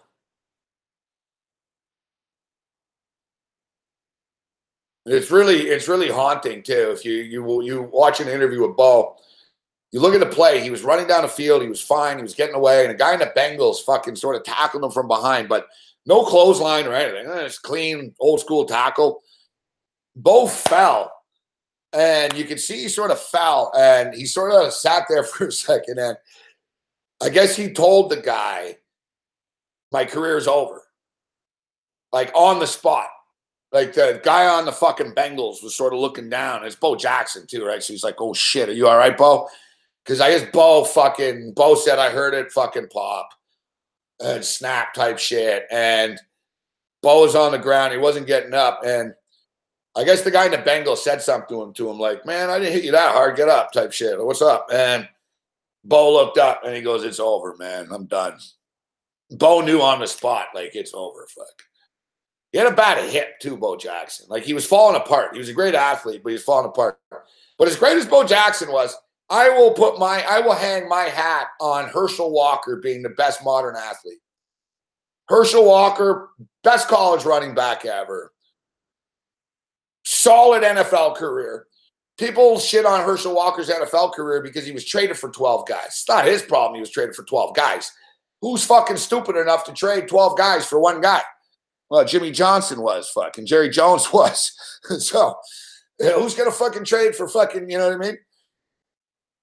And Mike Ditka did it for Ricky Williams. How'd that work out? They traded 12 draft picks for Ricky Williams. We'll give you imagine, like, think about it now. Like, the Chicago Bears got fucking ripped for fucking trading one draft pick and moving down around to get Trubisky. You imagine? We traded 12 draft picks so we can draft Baker Mayfield #1 because we don't want to, you know what I mean? Like, basically, the New Orleans Saints said, you know what? We got to make sure we get Ricky Williams. So let's just trade all these, you know what I mean? And we're going to make sure that we can get them. We're going to get the one. It's like, all right, you got Ricky Williams, but you're still shit.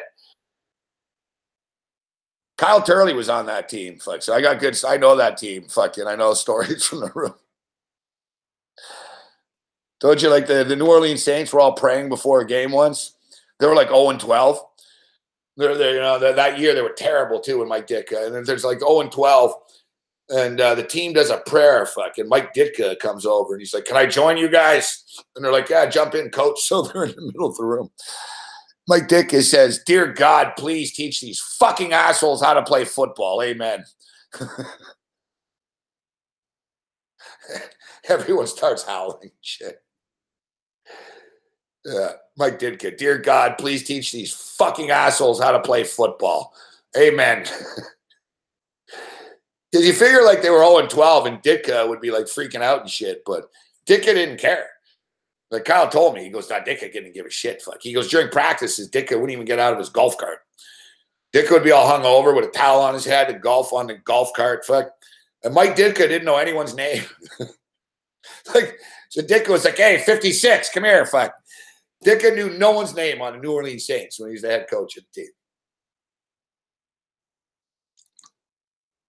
Which is kind of a common pattern with a lot of these old coaches, to be honest. That was a problem with Nick Saban.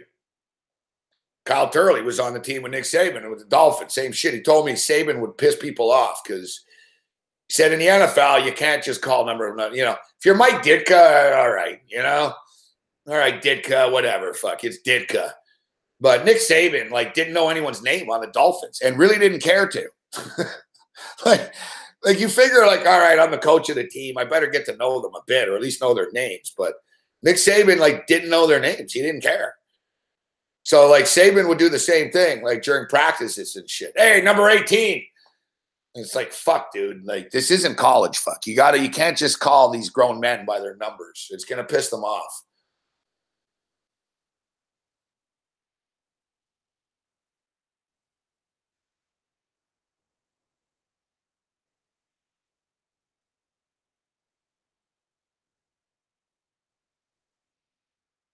Yeah, so Herschel Walker, college football great NFL career.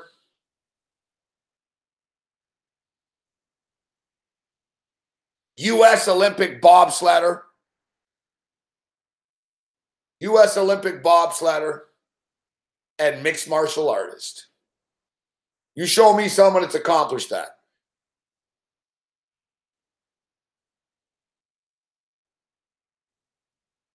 And you know who we'll put on the list of elite athletes? Brock Lesnar. Brock Lesnar, same shit. Brock Lesnar, NCAA champion wrestler, UFC heavyweight champion fighter. Brock Lesnar walked in off the street and fucking made the Minnesota Vikings, essentially. They told him, they said, listen, you go to NFL Europe for 1 year, you're on the Vikings next year. He's like, fuck that. Like, he goes, I just sort of came because you invited me. I don't even want to be a football player, you know? And Lesnar said, I don't like getting pushed around by these guys. Lesnar didn't like Lesnar said, he goes, yeah. He goes, I didn't like it. He goes, some of these guys in the NFL were really pushing. He goes, it was weird for me. I wasn't used to getting thrown around. It's the thing in the NFL, there's some big boys there, right? I remember Kyle Turley telling me that. He's like, fuck Brock Lesnar. I'd fight Brock Lesnar. And I'm thinking, that's crazy talk. But the thing is, Kyle Turley is 6'3", 260 pounds, right? So Kyle Turley doesn't look at Brock Lesnar like a beast. He just looks at him like, fuck, I'm as big as this guy. Fuck, you know what I mean?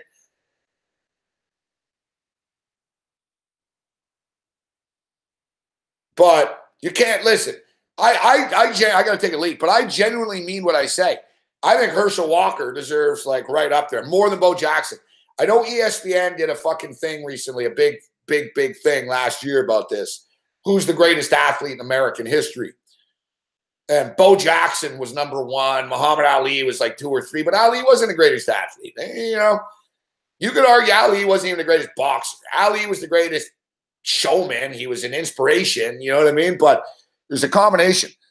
Bo Jackson sort of reminds me of Mike Tyson too. Like as dominant as Mike Tyson was, a lot of boxing historians don't even have Tyson in their top 10. Fuck.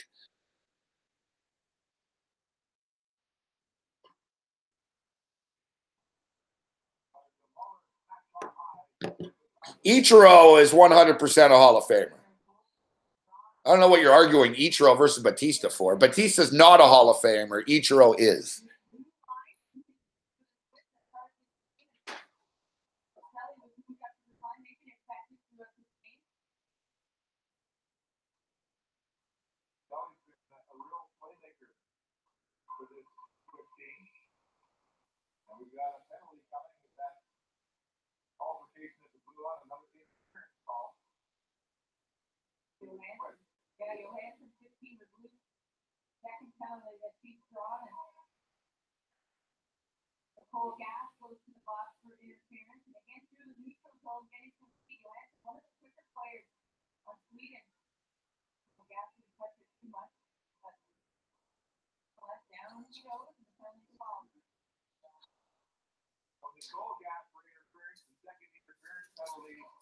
All right, this under one's look under 4.5's looking good. It's 1-0 there.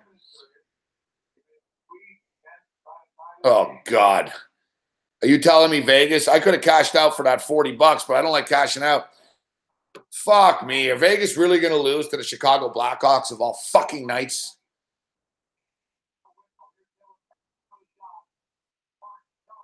All right, so this is where it's good. I didn't get in on the Nuggets before. I got in on the over fucking 208, man. Damn right. That's looking good. Second half over here. I find the San Antonio Spurs, their totals are too low at times. People don't look at them like a scoring team, but the thing with the San Antonio Spurs is they're fundamentally sound. I always tell people this. The San Antonio Spurs, when they're going to play against a team that doesn't really play defense, San Antonio will score. You know, because they're good, right? They know, all right, well, backdoor screen it. It's there all night. Like, they recognize shit. And San Antonio will score points when they play shitty teams, shitty defensive teams. Now, I like Denver here, guys. I like Denver here. It's a perfect situation. San Antonio were up last night. They fell apart in the fourth quarter. They got outscored 30-16 or so. 32-16, 30-16, whatever the fuck it was. So, now tonight, they're in Utah last night, altitude. Now you're in Denver. You guys put the pedal to the metal. Here you are. You're up 61-58 at the half. They're going to hit a wall fuck in the fourth quarter again. I think it'll fall apart on them. I think Denver comes back. They're -3.5 in the game. Sweden just ties the game at 1 in the women's game with 1 minute left in the second period. I think Denver comes back. You can lay 3.5 in the game or -190 on the money line. I always get fucked when I lay points. That's why, like last night, I laid the money line. I really don't want to lay minus 190, though. Fuck it. We'll split it up. We're going to fucking take the 3.5. I don't want to lay 190. I think my theory is correct. I think the Spurs are going to hit the wall, and I think the Nuggets are going to fucking pull away here in the second half. Now, the second half total, interesting. I don't see. Is there any reason why they're going to stop scoring?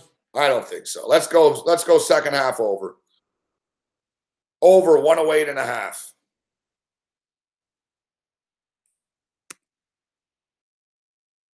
I'm already on the over 208, so why not? Fucking Vegas. I had a weird feeling about that. I did too much talking tonight. Oh, they just fell to 227.5. Good. I did too much talking, not enough looking at my bets. Fuck. Hey, and just like that, it's 61-61. Denver is already back. See, I told you. Come on. Let's go, Nuggets. San Antonio's going to hit the wall. The only thing is, did we just get too greedy by taking the second half over as well? Because San Antonio might hit the wall and stop scoring. And my bad, I said that it was 1-1 with 2 minutes left in the period. It's 1-1 with 11 minutes left in the third. In fact, they were showing whatever. Too many things going on at once.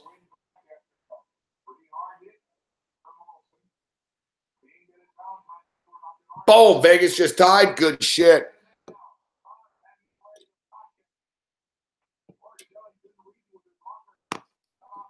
Hey, we got some men's hockey. Don't we have men's hockey tonight? I'm all confused with the start times of all this shit. What are you talking about in Vegas, Drew?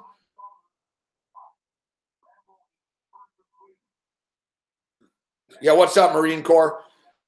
USMC 28. Yeah, my buddy's at the game tonight. T-Bone's at the game. He's tweeting pictures from courtside. He's got good seats. Fucking Nuggets game. You get good seats for $75 sitting in the fourth row. But he told me, he said it's 75% Spur fans out there for some reason. Said the arena's all Spur fans. I think the Nuggets are going to pull away here in a second. All right, let me take this quick break here. And we'll talk some Olympic hockey. We'll try to sweat home this fucking Vegas game here, too. We need the Knights to close out that parlay.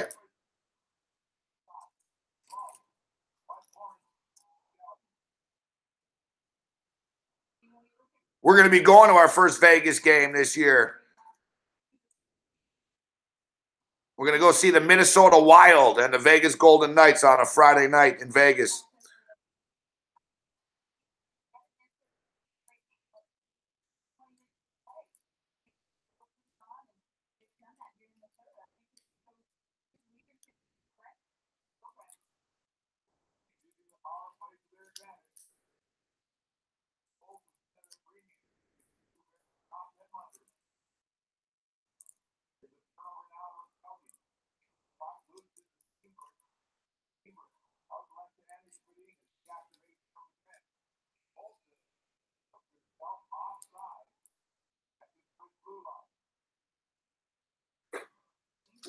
I haven't completely boycotted the NHL because, look, I bet on it tonight, but I am supporting the Olympics. Like, I think I've watched every female game. I don't mind it. I like supporting the chicks. Fuck the NHL players. We don't need the NHL players here.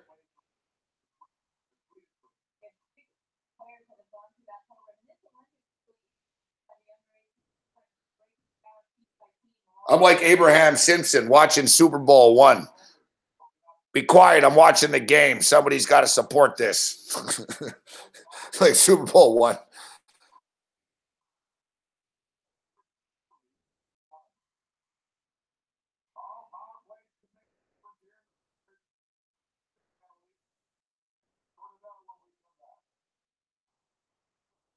Man, the reffing in this women's Olympic hockey is fucking whack, man.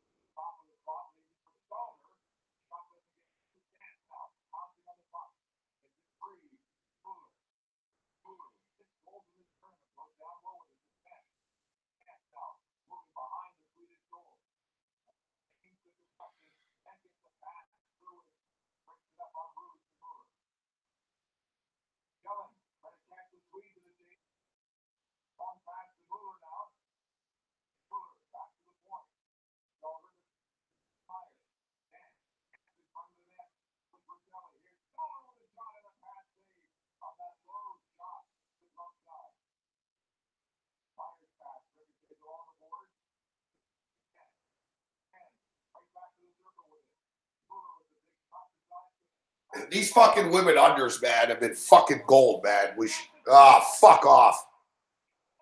Switzerland scores 2-1. Shit. As I say that now, if Sweden scores, we're fucked. Fuck.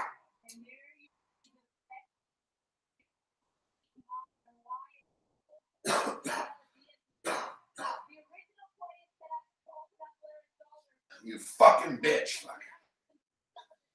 I'm equal opportunity, fuck. If we're going to call fucking men fucking cocksuckers and fucking jerk-offs for fucking letting goals in, then I got to call her a bitch. I'm sorry.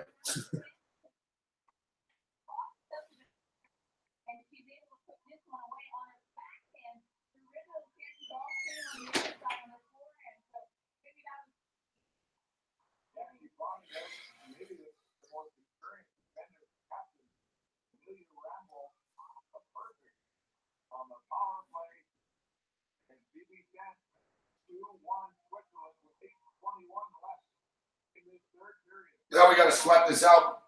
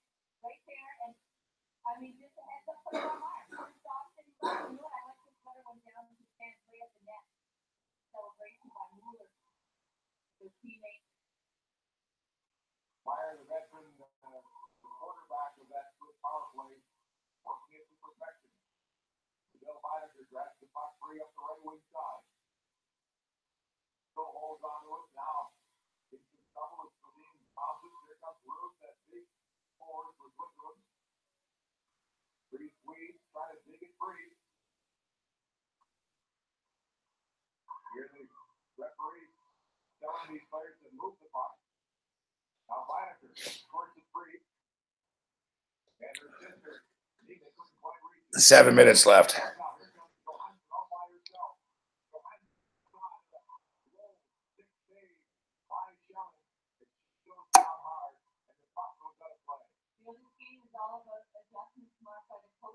This fucking light's pissing me off.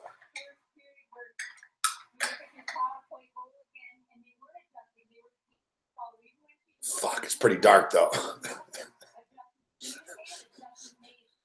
Fuck.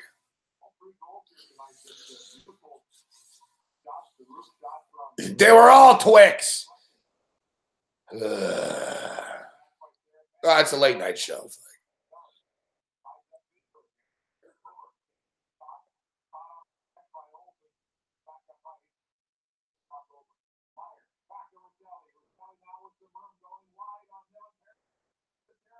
They're going to say, hey, Morency, you were in the dark last night. I say, hey, you want me to be comfortable or you know what? Fuck. It's too dark. I'll turn the light back on. Fuck me. Fuck.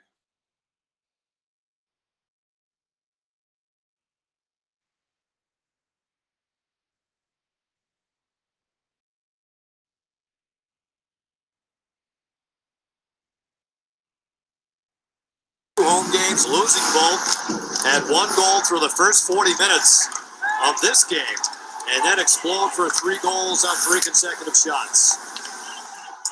Empty behind his own net. And now here's... Fuck, we missed the fucking Vegas explosion, but they're up 4-2, baby. Ooh, looks like Cam's public parlay of the night. Suddenly we're in business. Oh, yeah. Boston Bruins, winner. Pittsburgh Penguins, winner. Minnesota Wild, winner. Vegas Golden Knights, pending. $13 pays $59.54. Fuck, I should have put more on it. Like I said, like we sit, you know, we have fun on the radio. We sort of sit, and Cam's like, I got a parlay. So I'm like, all right, let me see. All right, what does it pay? I'm like, click, 13. You know, I didn't think it was going to win. I never win 14 parlays. Fuck. Should have put 130 on it. Instead, I would have won 590. No, I'm not complaining, though. 13 into 59. Let's go. I'll tell you guys, most people it fucking pisses me off. Like, fuck, I'm not going to tell you how much I bet on this or that, whatever.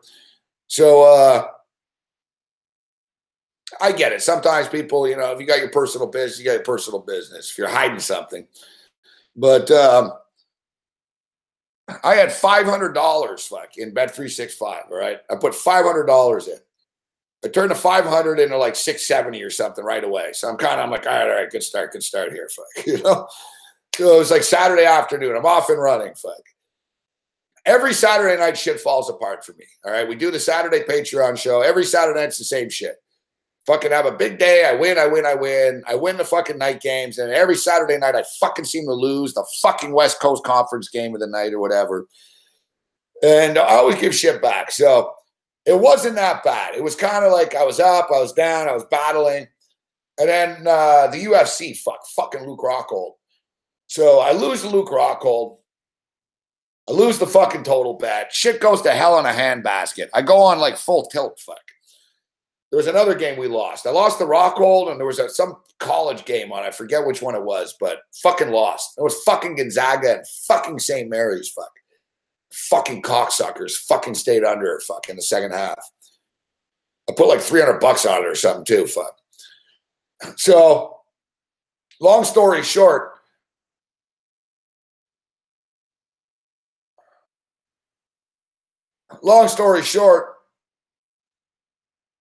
my 500 gets fucking beaten down, man, to like 330, fucking 170, fucking 62.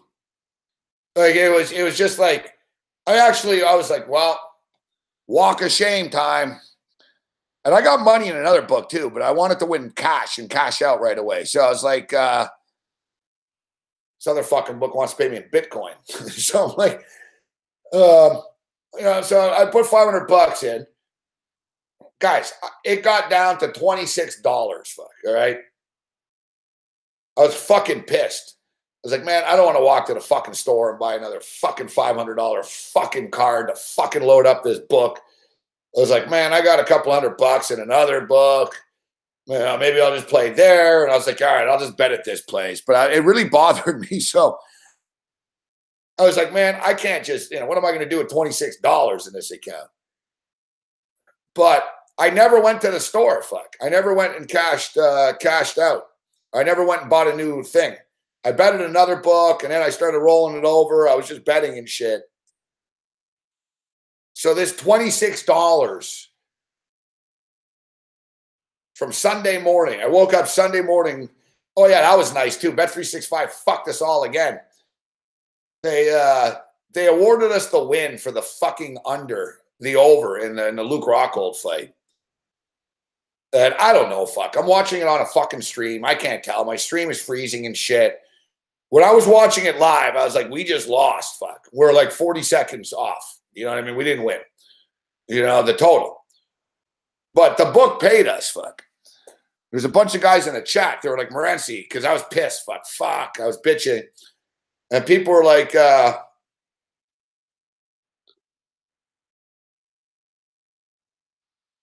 Morency, hit refresh, fuck. We won the total. So I was like, what? We won the total? I was like, I don't think we won the total, but I was like, I don't know. Fuck, like I said, I'm watching on a stream, and my stream was kind of fucked. There was a couple of times it froze. I was behind, so I couldn't really tell. Like, I never trust this, the full-time shit. So I like to see it in print. What was the official decision? But I knew we lost. Yeah, I knew it didn't go over. But, of course, I played dumb with the fucking book when I fucking, I called them at like 4 a.m. on Saturday. So there's our money in the fucking book, all right? They took it back. So I'm like, hey. I'm like, man, hey, this isn't so bad. I got this shit back up to $280, fuck, all right? Because I was like, man, I can't lose this 500. I got to get it back to at least 500 and start over again. So I'm like, all right, this isn't too bad. We got 270 and shit. Then Bet365 takes the money back, fuck. Then I'm losing it. then I'm fucking losing it. Because I'm already pissed. I lost my 500. I thought I won on that fucking Hong Sing Ting Ming fucking game the other night. And, you know, the under 3.5 was a great pick. I thought I won. I'm like, all right, we're back up to fucking 280. No. They don't pay me, fuck. So it says that they paid me, but they didn't pay me. So I'm like, what the fuck? I'm like, all right, whatever. It's a grading issue. Because it says settled bets, and it said they paid me. Except I'm like, you didn't pay me. I have $26 in my account. Where's my money, fuck? I won the under 3.5. I won the under 2.5. Like, where's the money? So I fucking call. I was fucking pissed, fuck.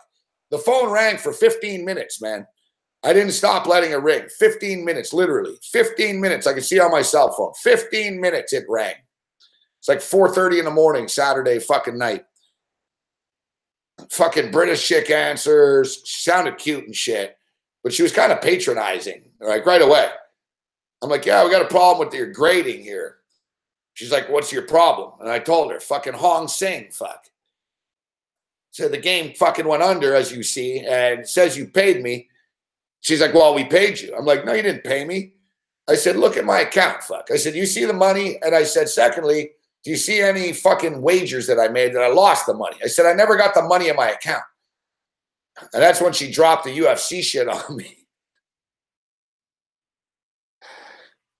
So I fucking lost it, fuck. I'm like, you guys, you fucking let me bet a game only to fucking let me take the money. And like, I was like, what have I lost? Well, I would have been, you would have been in the minus, she told her. I'm like, so I got into a big brouhaha with the chick. I got into a big brouhaha with the girl. And then I was like, fucking no choice. Guys, I was so pissed. I actually fucking considered going to the fucking, I actually considered going to the store at like 6 in the morning. Like, normally I buy these cards from the post office, but Hasty Market sells them too. It's the only place you can get them from. And Hasty Market's open 24 hours, but it's kind of like all crackheads outside that store and shit. I'm like, man, do I really want to, I'm like, I'm a crackhead. Fuck. I'm going to go to a fucking 24-hour fucking store, like a knockoff of 7-Eleven, Hasty Market. I'm going to go to Hasty Market at 6 a.m., sift through the crackheads on the street to buy a fucking pay-save card so I can bet on a fucking Tokyo basketball game at 6 a.m. So that's when I realized, I was like, man, no. That's just, you got a problem if you're doing that. Like, that's when we're getting into, hello, my name is Bobby and I'm an addict.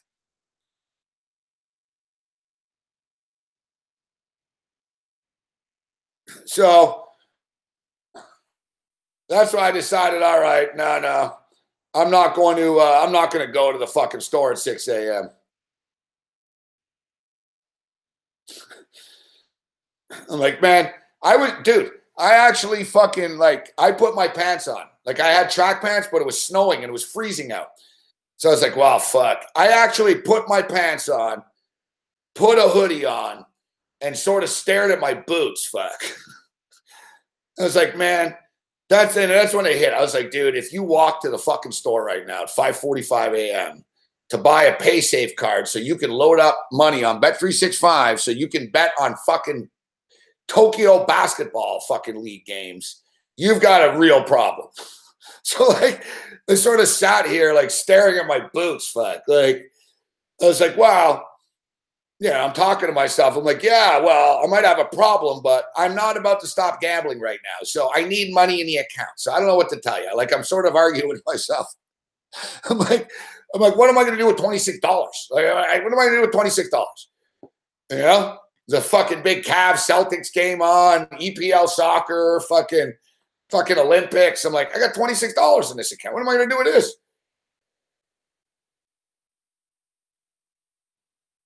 So I'm just staring at my boots, fuck.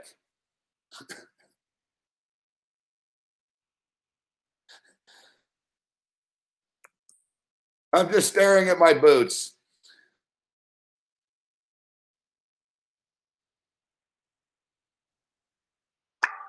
Anyone else like to share? How about you in the back with the glasses, sir? My name's Gabby. I got to just get my name, like, in there. My name is Gabby, and I'm an addict. Neutral zone by the Golden Knights. They've created numerous turnovers, just pressure clogged up between the blue lines, and then. Hey, Bobby. Hi, Bobby. You know, you folks aren't here because you're gamblers. You are here because you are terrible gamblers. Hey, Bobby. These folks don't need to stop doing what they're doing. They just need to get better at it. Who's dealing? Please. Who's that? Hello? Eureka, Billy Jean. Bobby? Eureka! The best is he wakes her up. Bobby Riggs called Billie Jean King to propose the idea to her at like 4 in the He's like, she's in bed. Hello? Hey, it's Bobby Riggs. What's up? What's up, Billie Jean? It's like, I know you're a big lesbian and all that, but hey, you want to play some tennis for, we'll make a lot of money. She's like, don't ever call me again. Fucking. She's like, don't ever call me Bobby Riggs ever again. She hangs up on him.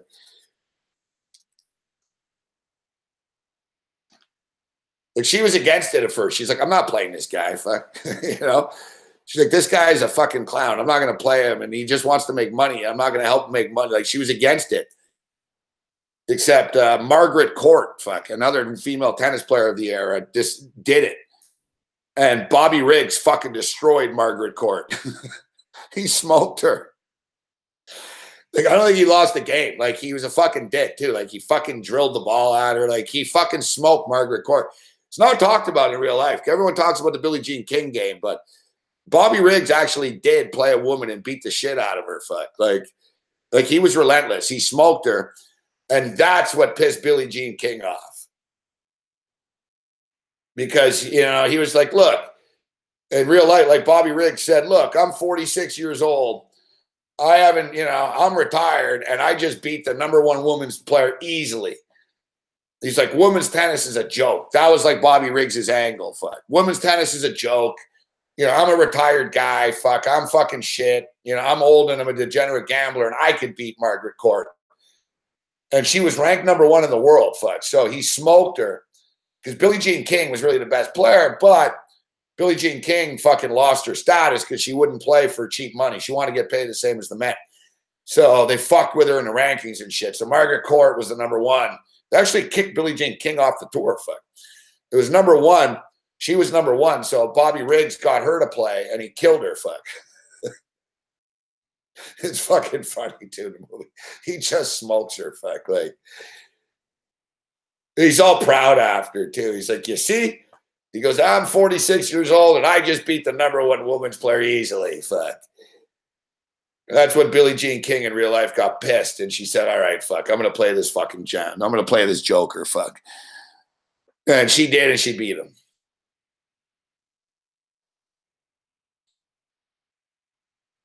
Oh, no, the Spurs are opening it up. That's not good. All right, so yeah. So our opening up, they're up by 7. It's 88-81. Everyone needs to settle down. So yeah, the $26. So I decided not to walk to the store. And I said, all right, this is too degenerate. Plus, I was like, what am I going to bet on now anyways? I got to chill out. I was just really angry. That's what's good about Vegas. You're going to walk right up to the window. All right. So I was like, all right, just chill the fuck out. Wake up on Sunday afternoon. You'll have to bite the bullet and go fucking buy a new fucking card. But when I woke up late, I didn't want to do it. I was still mad. I was like, fuck this. So I'm going to start with my $26. That was on Sunday morning, $26. And here we are right now. As we speak, I've got 62, 65 yet with many plays pending here. So we'll do the little add up here. I am fucking determined to get this back to $500. It's consuming me. You know what I mean? It's not even about the money. It's like, I don't want to buy a new card. I want my $500 back. And I just got the tickets to Vegas. So I was like, man, this $500, literally, it cost me $517 for the tickets to Vegas. So I'm like, man, I got to get that trip to Vegas back here. That's smart gambling. It'll pay for the trip. Because normally I would be like, man, even if I get it back to 500, I'm not going to pull it. I just put the 500 in. But I just spent 500 to go to Vegas. So now I'm like, man, I'm going to get this 500 fucking back.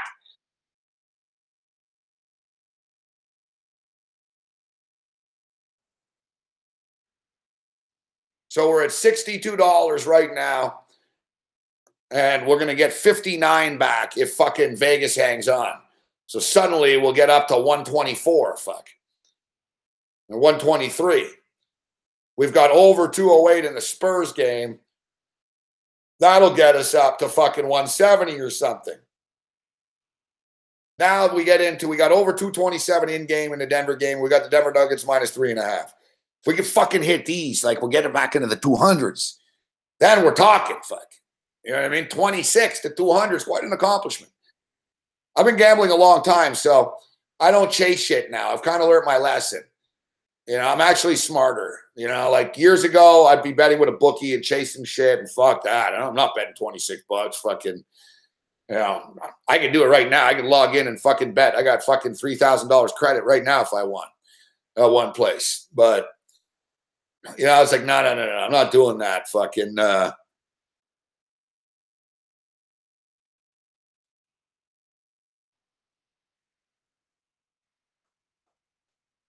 yeah, 55 white games, whatever he was.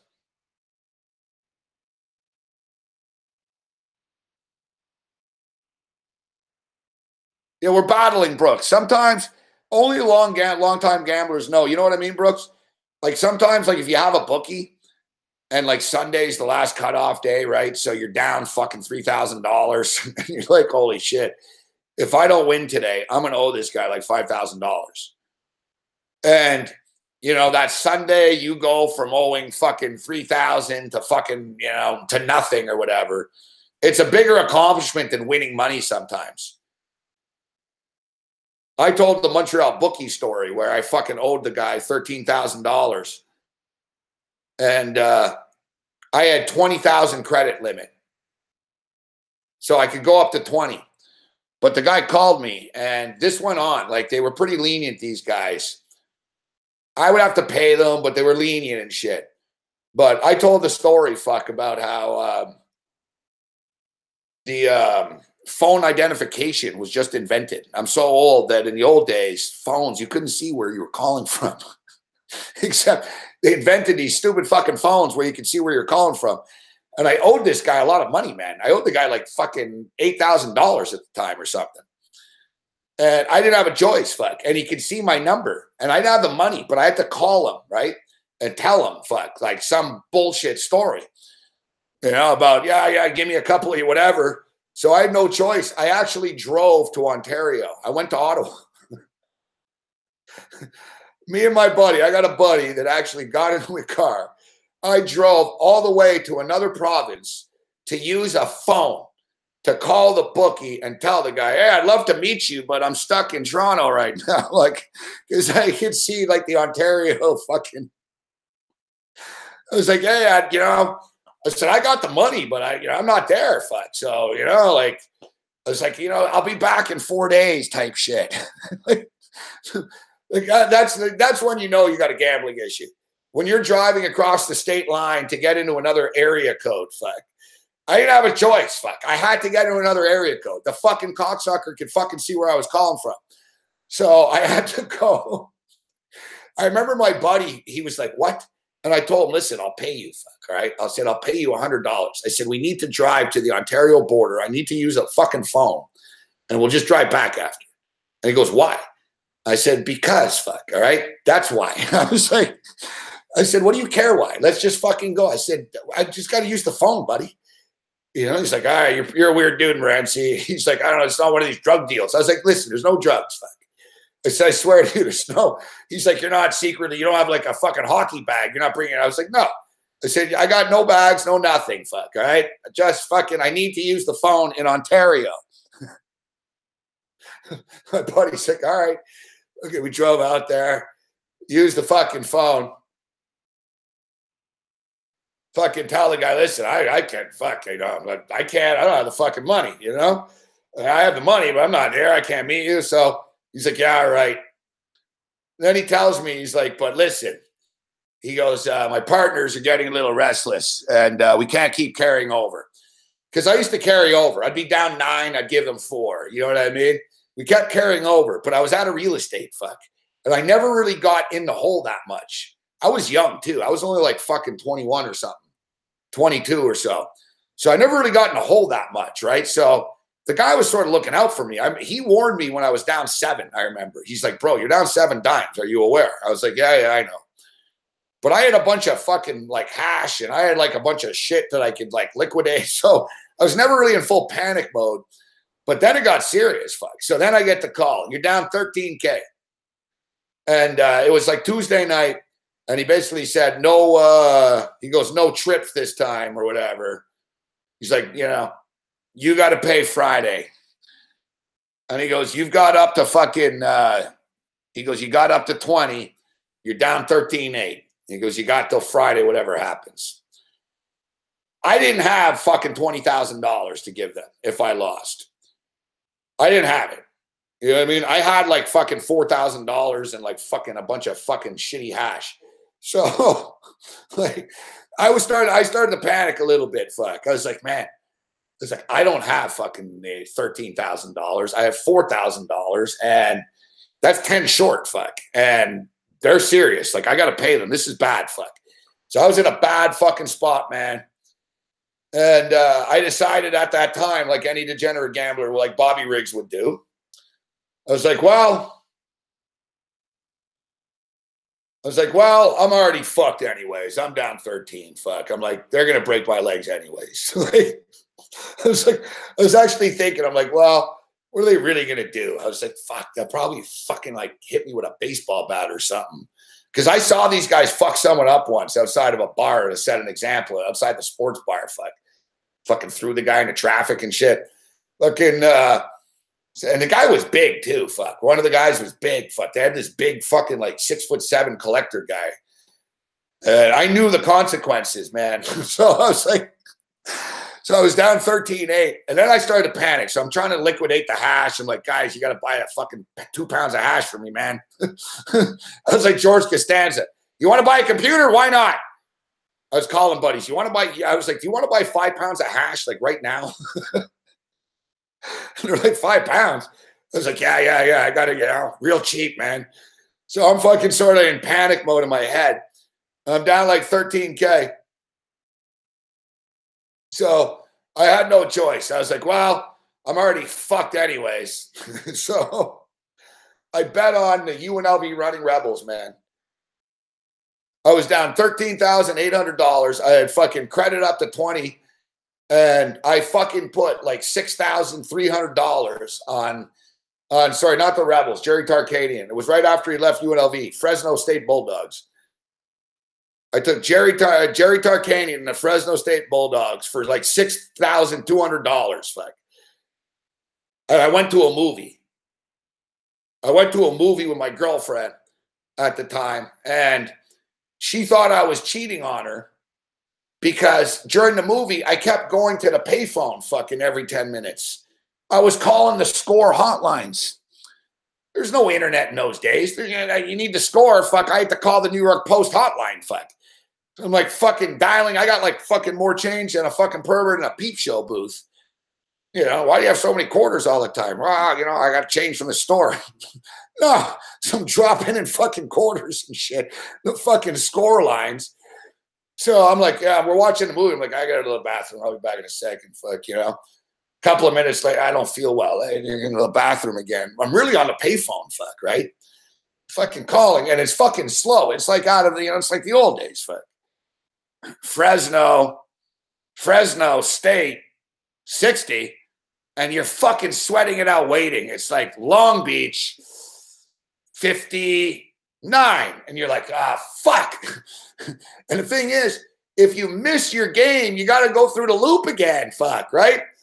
So like, I'm all like fucking listening closely. I'm like, just get to the fucking Fresno game. And every time I'm calling, I got to start on the East Coast. They don't start on the West Coast. You can't name your game. It's fucking 1996 or something. You know what I mean? Or 1992, you got to go through the loop. So I'm like, fuck, I got to wait for all these scores again. I already know the Knicks score, fuck. New York Knicks, 113. Indiana Pacers, 104. And it'd be like a delay, 104. It's like, that was gambling in the old days, guys. You were waiting, you won. You were waiting for a voice on the phone. And like the first score, like you're like, all right, God, I laid 9. All right, they scored 113. Please be in 103 or last here. 1-0, and you're like waiting for that last digit. 102. Yeah, they covered. You know, you hang up. Yeah. So the chick comes out. Finally, she comes out, fuck, man. She sees me on the phone, starts freaking out and shit. She doesn't believe me. I got to tell her I'm not calling another chick. I'm fucking calling a fucking gambling hotline. Then she's like, oh, that's why we have all these 976 bills. And she goes, I thought you had a phone sex problem and I was going to confront you about it. Like, I was like, no. And she thought it was phone sex too. So she didn't believe me too, because I wasn't the most trustworthy guy at the time. So like, I had to call in front of her, fuck. Like, we had this phone bill. She's like, you're calling sex lines and you're calling girls. I was like, I'm not calling a sex line. And she's like, 1976 numbers are sex lines. I'm like, they're not all sex lines, baby. I was like, let's do it. So I call 1976 fucking 342 score. I'm like, here you go. Here, look at the phone bill, baby. There's the number. And then she was even worse. She was more mad. She's like, I think this is even worse. She's like, you have a severe problem. She goes, you spent like $380 last month on fucking score hotline phones.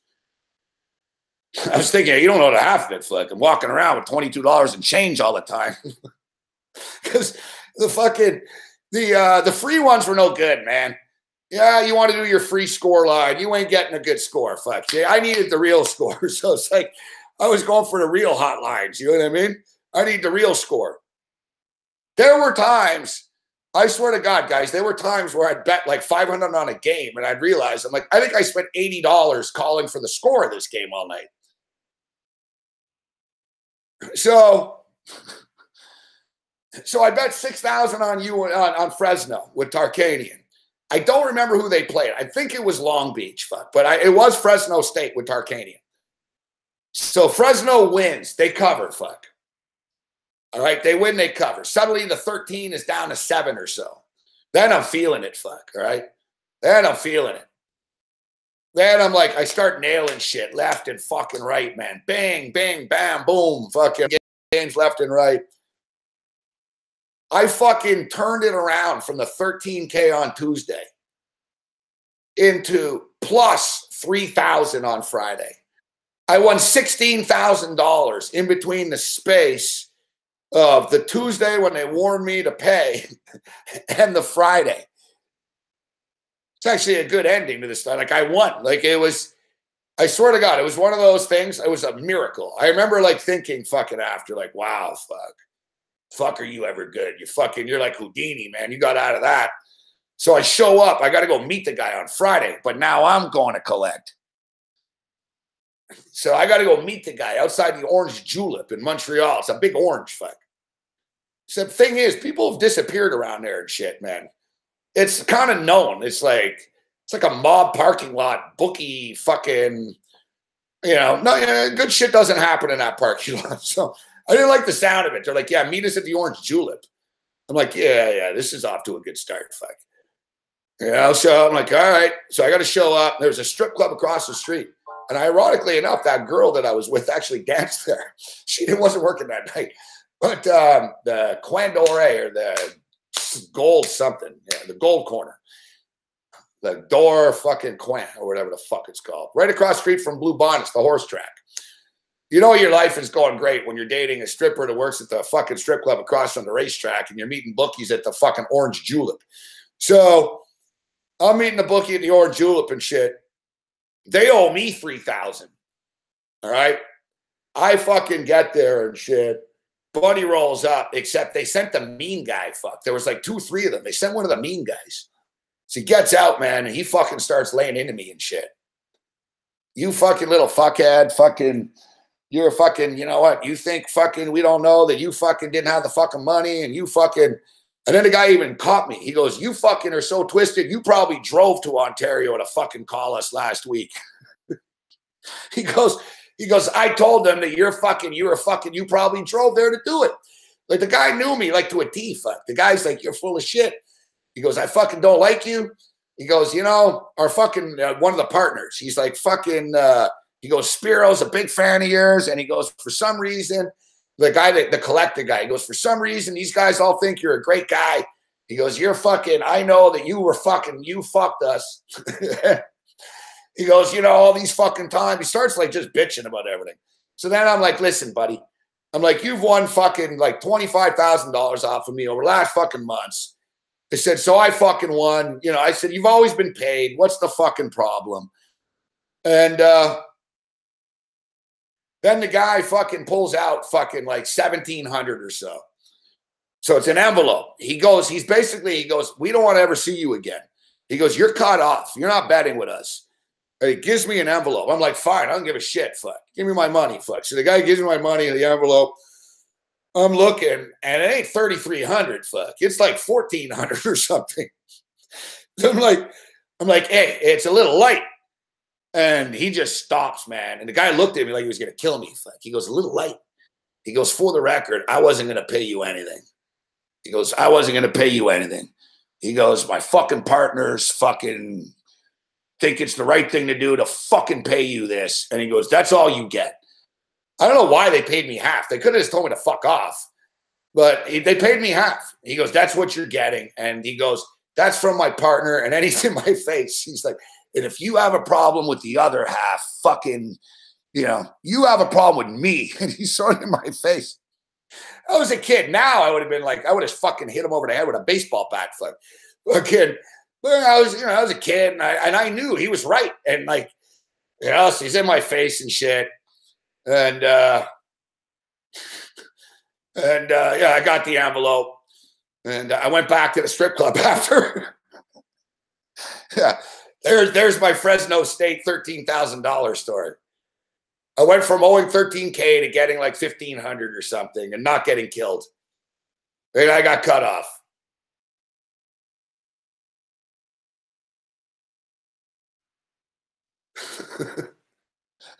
So, my point being, I've been there, I've done that, all right? So it's like, listen, you know, I don't like being a chump. You think I like betting $26? You know what I mean? Well, that's what bothered me. I'm like, what a loser. I'm like, fucking, you know, little girls are betting more than $26. Fucking Girl Scouts, fuck. What the fuck is this? What am I going to do when I win? I'm like, what am I going to do with this? Like, I wasn't even going to bet the 26. You know what I'm saying? I was like, man, I'm not even going to bet that. I got to go fucking get another 500 to load in here, and I'll have 526. That's what I was thinking.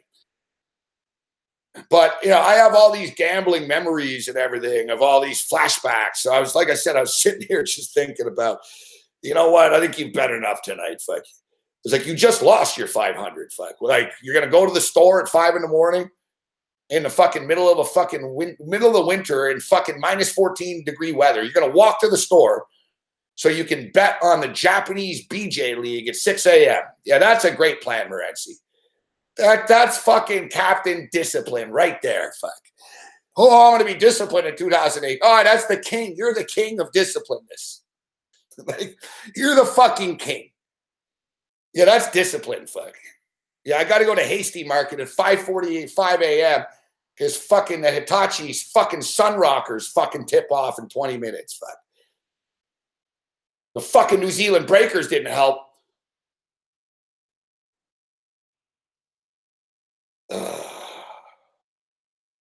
Yeah, of course I had a big mouth back then.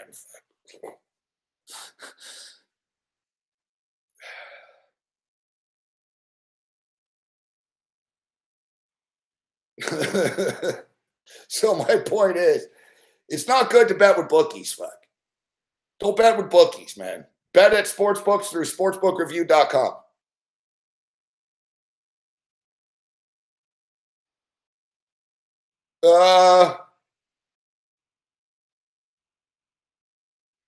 I'd say now. It's easier to find a bookie now, Juwan. No, I had a full head of hair when I was 22.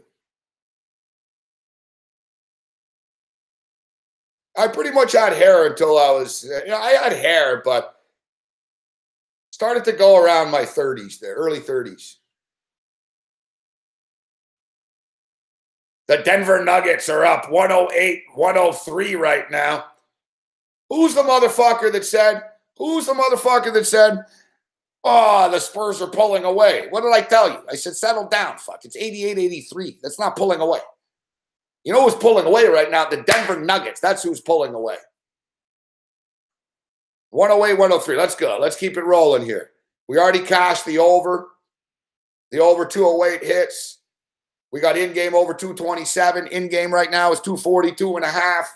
The 4-team NHL parlay cashes. Our $26 is now $174.59 with the Denver Nuggets minus 3.5 and over 227, both pending.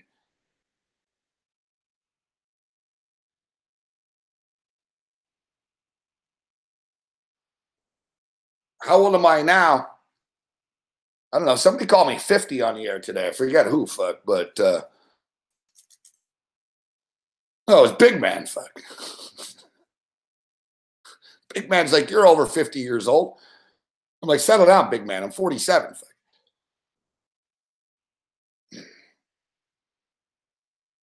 I'm 40. I'm 47. Grinch is kicking it on the flight. Good shit, Jet. Just have a safe flight there, Grinch. Yeah, Big Man's like, you're in your 50s, Gabe. Can I ask you about, like, he asked me some old question. I had to stop. I was like, yo, bro, fuck. I'm not in my 50s just yet here. Settle down. I'm 47. I'm closer to 45 than I am 50. And anyways, I look forward to being 50 because in Las Vegas, when you're 50, you're part of the senior club. The Sterling Club. That's what they call it. The Sterling. At the Palms in Vegas, when you're 50, everything's $5. Movies are $5. The buffet is $5. Everything is $5. So, I say bring it on.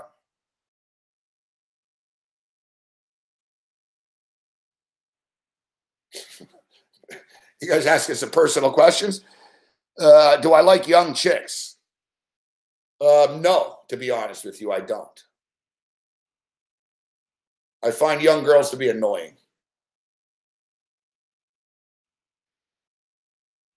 I don't like, no. I'm more of a cougar MILF fan than you like young girl fan.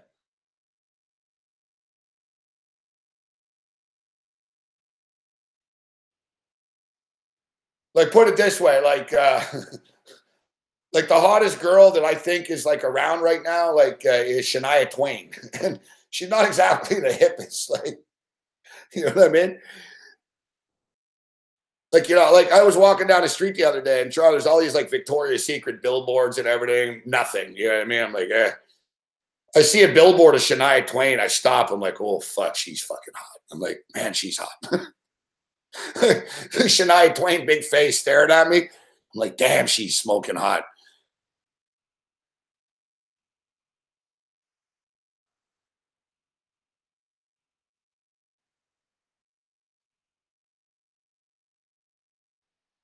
Come on, do I own the fantasy? Come on, we're asking real questions here, I thought. No, I don't own the Fantasy Sports Network.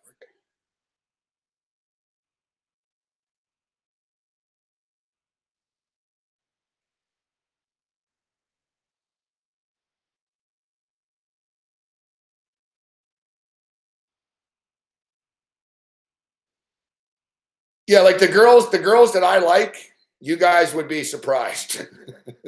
What's up, Dave? We got to get our man Dave on the show this week. We'll talk some MMA with Dave. Do I own a fleshlight? No, I don't.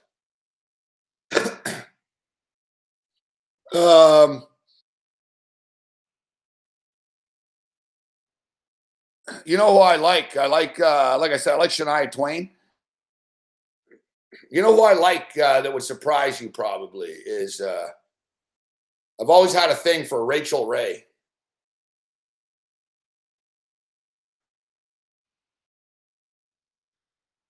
I like Rachel Ray, Shania Twain. What is the best site for singles? I don't know.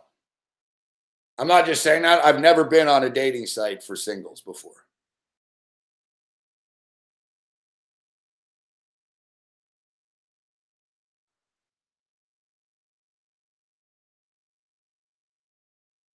One thing with Rachel Ray, I will say, she's getting, she's not quite as cute as she was a few years ago. She doesn't seem to really care anymore. She's getting pretty big, you know what I mean? But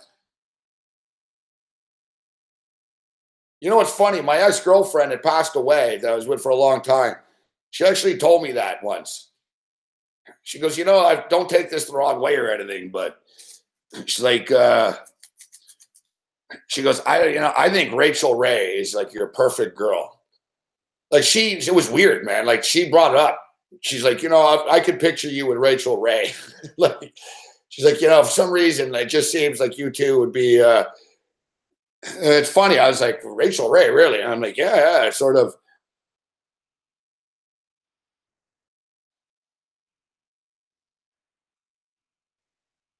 See, the thing with Rachel Ray is she was cute, she was hot, and she was on fire. Like, she was smart on the air and shit. But that's it. She's gotten big. And the thing with Rachel Ray is she's not very nice. Like, she's changed. You know what I mean? Like, Rachel Ray used to be like the girl next door, sweetheart type. Like, now, like, there's epic stories of Rachel Ray, like, freaking on the set, telling fans to shut the fuck up. Like, basically fans go to the Rachel Ray show and they walk away like, ooh, like, she's not nearly as friendly. It's like meeting Krusty the Clown. She's not nearly as friendly as she appears on TV in real life. Well, how do you think she became the little mini Martha Stewart? By being a nice girl? Like, it's a cutthroat world, man.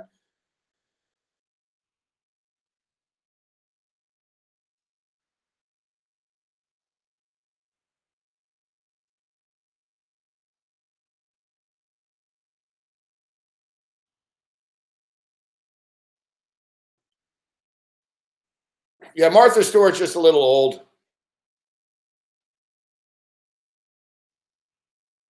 I do like Rachel Ray. I like Shania Twain. Obviously, I think a lot of chicks are hot, but I like weird people that like you wouldn't know or wouldn't like I'm a big fan. I'm a very big fan of Brianna Keeler.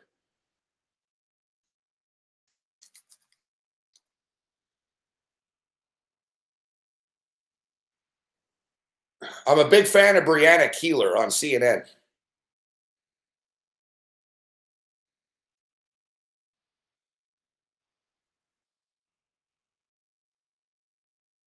I'd like to get Brianna Keeler on the show, actually. She's Brianna Keeler knows sports pretty good. She's a Florida Gator. I'm a big fan of Eva Longoria as well. Why am I a fan of Brianna Keeler? Because I think she's hot. That's why I'm a fan of Brianna Keeler.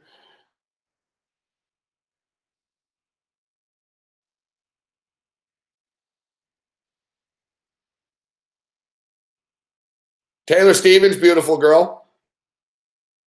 Linda Cohn's all right. I'm not a big Linda Cohn fan, but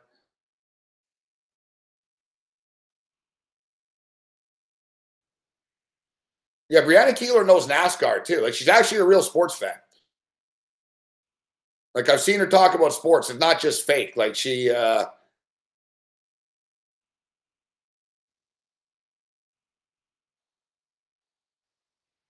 guys, Brianna Keeler, the CNN anchor chick, she was the fucking University of Florida fucking homecoming queen.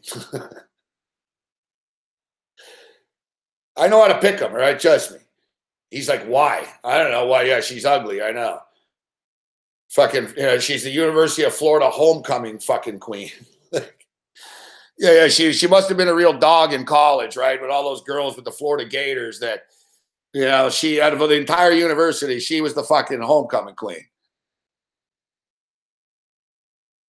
But I'll be honest, that's the thing that people don't know.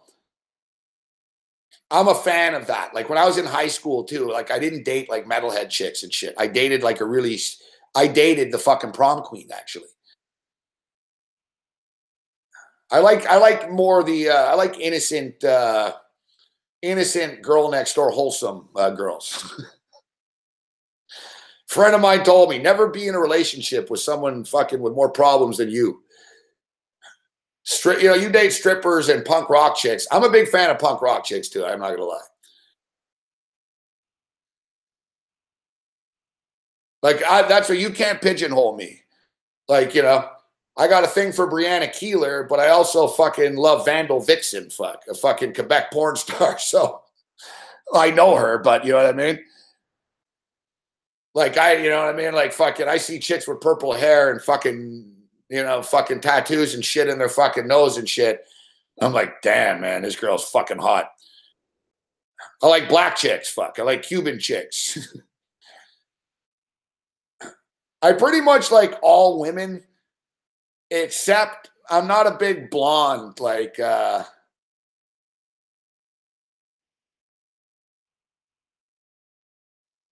most of the chicks I like are like brunettes, Hispanic, black,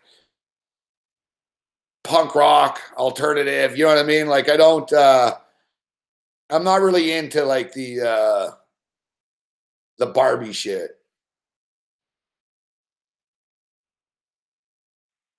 Yeah, Eva Longoria is fucking hot. I used to watch the fucking Young and the Restless just for Eva Longoria. I'm not gonna lie. I remember like my girlfriend watched Young and the Restless and she's like, oh, I'm surprised you watch Young and the Restless with me. I'm like, oh, it's not that bad. And I'm just thinking, God, this chick's hot, on this fucking show.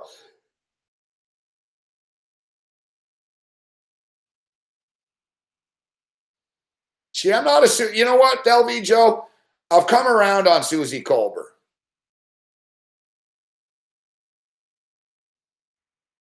I find Kate Baldwin to be annoying. She's cute though. Kate Baldwin's cute. Kate Baldwin's cute, but I like Brianna's more my type.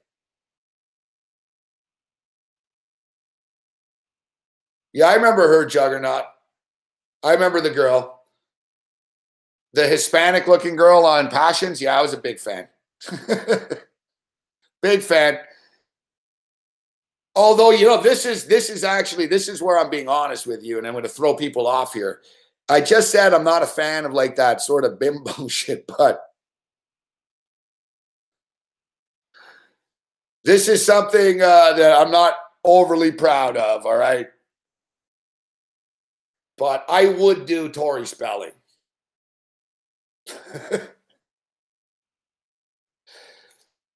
Tori Spelling got ripped. Tori Spelling got ripped so much for like not being the hot one type shit on that show. She went way overboard where she went all porn. Like fucking Tori Spelling got the big tit shop. And I was looking at Tori Spelling. I'm like, you know what? I hate to admit this, but her fucking sleaziness actually turns me on somehow. So there I said it. I admit it. I'm not proud of it. I'm not proud of it, but I would do Tori Spelling.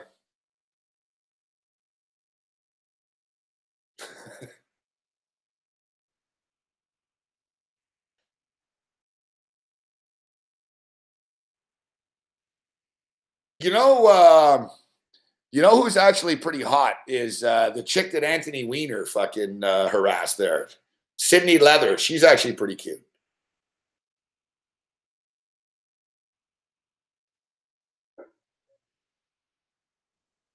And I'll tell you now, the hottest girl, Marianne or Ginger, both.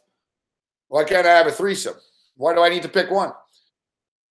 But Marianne. I'm a big Marianne fan.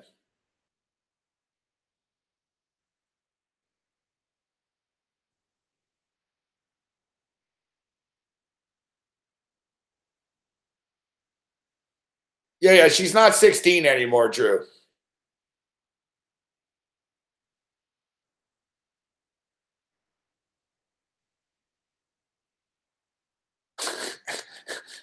And Andy just drops the bombshell of all bombshells. Yeah. Listen, let's not talk about Carla Mocha, Andy. but yeah, I'm not going to say that she's not hot. She's a killer, but yeah, you can't. Yeah, Carla Homolka is hot. Fuck, I'm not going to deny it, Andy. We're both going to hell right now. I hope you're aware.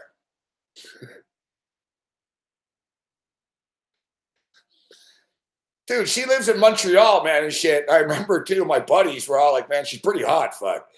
I'm like, yeah, I know she's hot. They're like, well, what would you do if you meet her in a club? I'm like, I'm not fucking going home with Carla Homolka, man. She's a fucking serial killer, all right? Yeah, Charlize Theron's hot in that movie where she's the hooker, but you know what I mean? Like,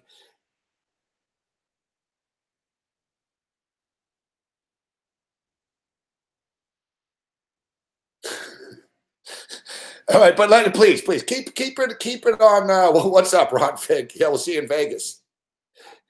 Please keep it. Let's keep it like, come on. We're already offending a lot of. This is already a pretty sleazy segment as it is. Let's keep it away from fucking serial killer woman and shit. All right.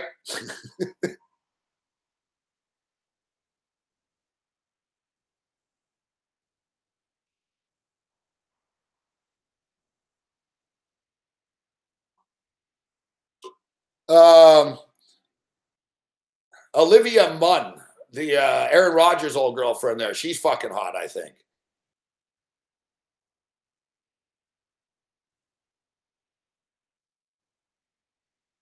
Republic Sunshine, I will admit I'm a big fan of Lindsay Lohan.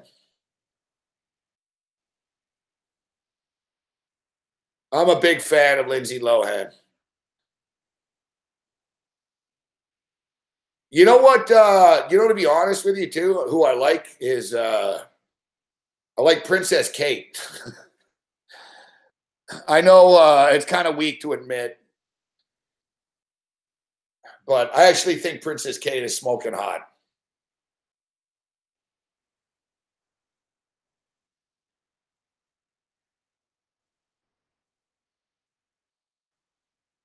And if you notice, Lindsay Lohan looks like Princess Kate.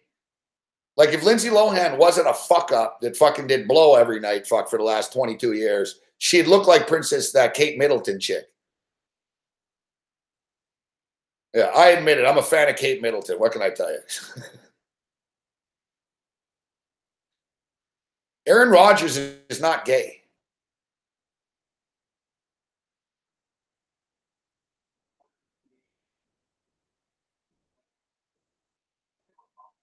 All right, so what was the final score of the Denver game? What did I tell you? Did I not say that the Denver Nugget, did I not say that the San Antonio Spurs were going to hit a wall in the fourth quarter? See, we're not just all jokes and stories here. Winners, baby, winners. We gave you the fucking over. We don't win the over 227.5, though. 170. Oh, fuck. I was just want to pat myself on the back.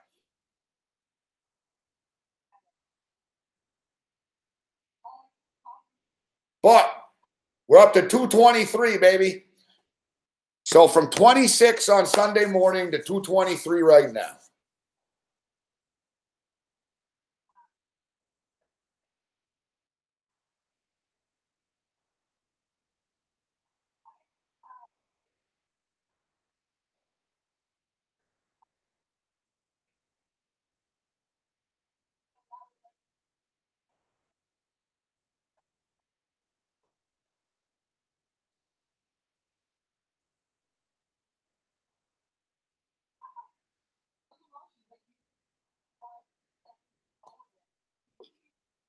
Yeah, qualifying racing don't mean shit.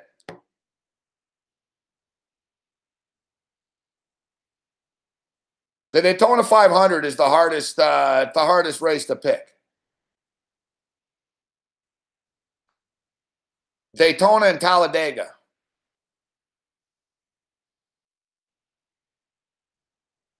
Like, even with like porn chicks, and like I said, I've met them all. Like, the ones that I actually have a thing for, they're not major stars.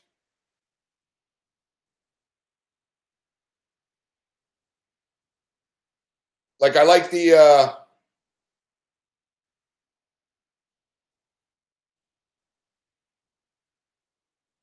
no, you want to either be in the front or the back, Drew. You don't want to be in the middle.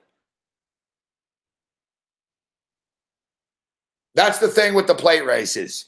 You either ride up front or you kick in the back, because there's going to be carnage in the middle, right? So if you're in the back, you can avoid it and then pass it all, because there will be crashes. There's going to be like 9 crashes in this race. Like, they're going to start with what, 42 drivers? They'll end up being fucking 22 drivers to finish the race and shit. Like, it's going to be carnage.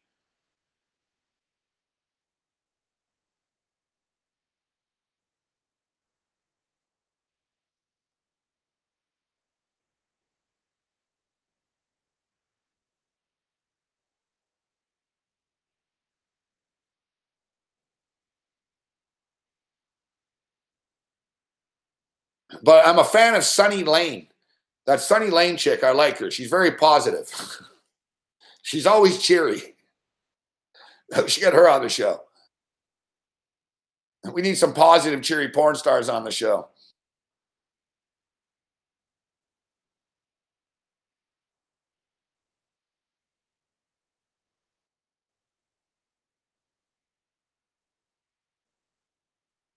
But to me, the most smoking hot chick right now, the most smoking hot chick is this chick, Anissa Kate.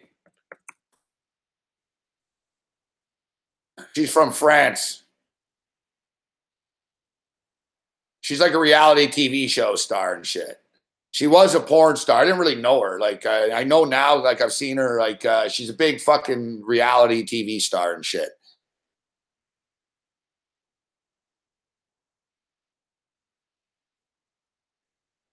But yeah, this Anissa Kate, Anissa, she's French.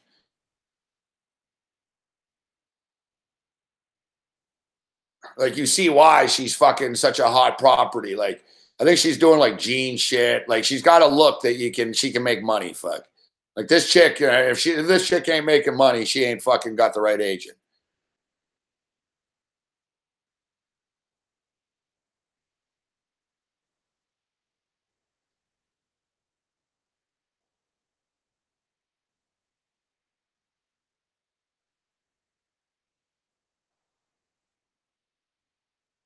Yeah, I like that. I saw that girl today, Danielle Harrington. I was a fan, Kyle. All right, so what times does hockey start at, Urban Shocker? 2-1 Arizona Cardinals, right? Arizona Coyotes on the San Jose Sharks.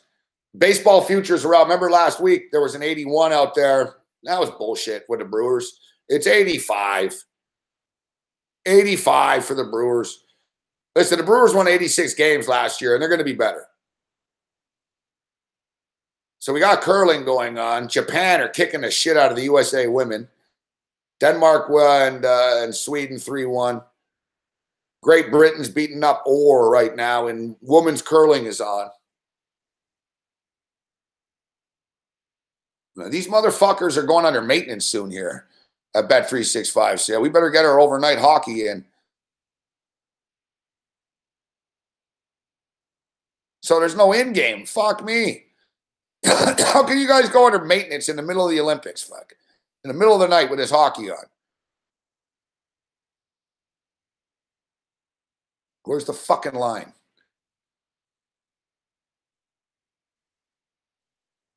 Winter Olympics. Man, here we go. When is this? When does this shit start, man? 14:10. What the fuck does that mean? Fuck, it's 8 now. So what? It starts at 6 in the morning? When's this men's hockey? At 6 a.m.?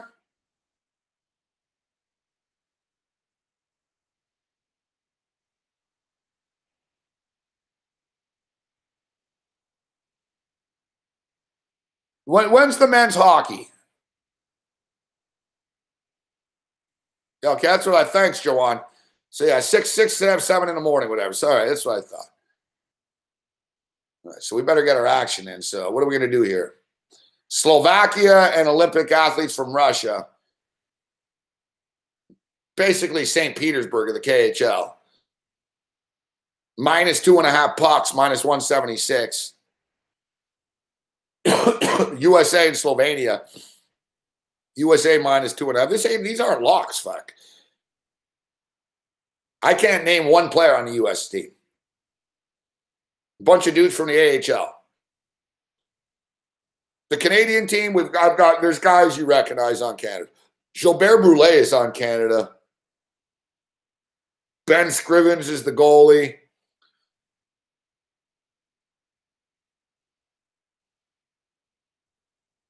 You know, normally Slovakia would be pretty good, but all the best Slovakian guys are in the NHL right now. You know, the Russians are pretty fucking good. You know, like there's a lot of Russian guys that are in the KHL by choice, you know. They could be in the NHL, but they're making millions playing at home, so they don't want to, you know, their life's good.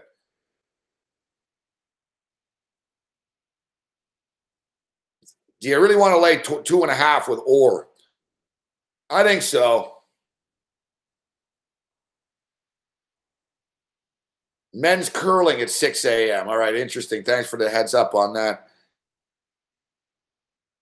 You know what, though? We've been killing this women's hockey. Is there more women's hockey? Fuck the men. I'll worry about the men's game later. I'm gonna bet on Russia, though. Let's take Russia minus the 2.5. They'll probably win like fucking 4-0 or something, 4-1. Where's the women? Are they playing tonight, the women? I'm enjoying the women's hockey, and I like betting on it. We keep winning. Yeah, we got the annual 2:30 the 2:30 game tonight. Ooh, fuck. This is a fucking big one, man. Throw out the standings, man. It's the Koreans against the Japanese. Fuck, they fucking hate each other, man. They fucking hate each other. Like, specifically, Korea hates Japan. The guy on NBC the other day says Koreans look up to Japan. Fuck, you fucking... I mean, they fucking enslaved them. What do you mean what do you mean they look up? They fucking hate them. Fuck. Japanese fucking like rape the fucking like the Korean women and shit. They never even apologize. Like they're not down. They don't like each other. I have a Korean buddy. Fuck, like he fucking hates Japan. Because I have a Korean buddy and we were in a car and there was all these hot Asian chicks. He was like, look at her, and he was all. I was like, oh yeah. I was like, what about those? He was like, no, they're Japanese. Like he could tell that there were Koreans and Japanese on the street. He's like, and I was like, oh, I said, you wouldn't do a Japanese chick? He's like, no. He goes, no, I would never sleep with a Japanese girl.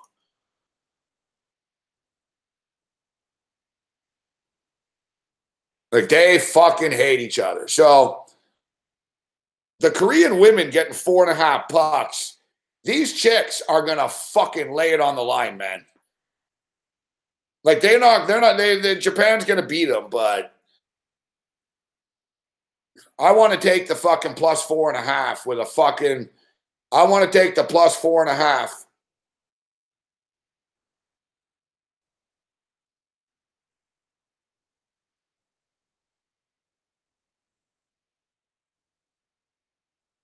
The only thing is the Japanese are going to run the score up if they can.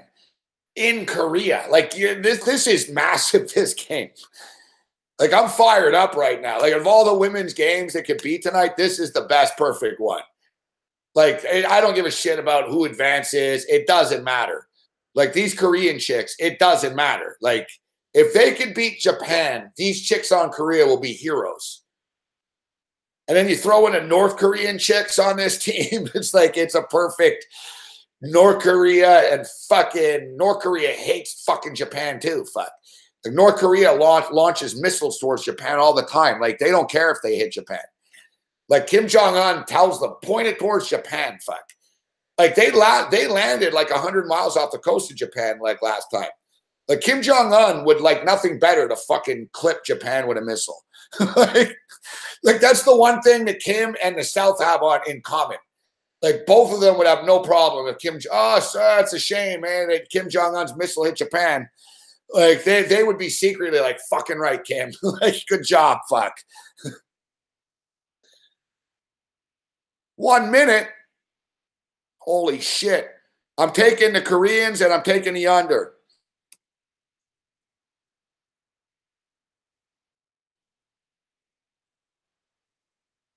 It's in. Korea plus 4.5 pucks, under 5.5. Fuck. Nothing against any Japanese. I got no issue with Japanese. I'm just explaining the angle of the game. And the angle of the game is you've got, not to mention, NBC fucking had to fire a guy because he fucking said on the air about how fucking the Koreans look up to the Japanese economy and model financial system.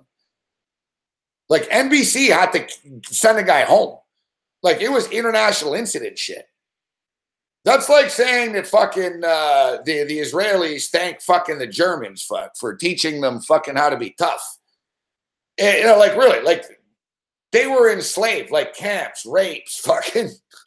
What do you mean they look up to them? They fucking hate them. What are you talking? Like it was a fireable offense. Like, NBC, like, got the guy. They're like, you're done, fuck. Like, you're the guy's an NBC executive too, like, real sharp, fuck.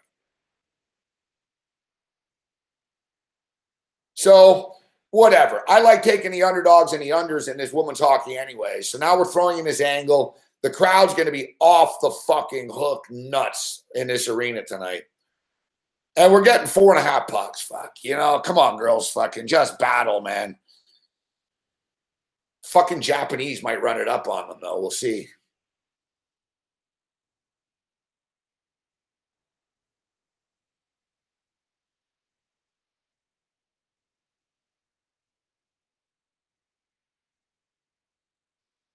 Thanks, Randy Miller. Fucking right, Denver. Good shit. 17 parlay. Nothing wrong with that. It's nice to there was no Sports Rage rim job of the night. Well, I lost the total by a point, but I can't complain.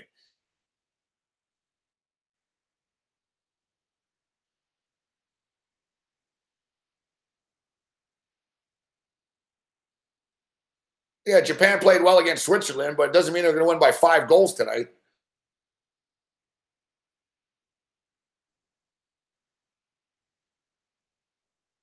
See, I'm getting on a little run right now, and fucking Bet365 is going down. Bad timing, motherfuckers. And they're down.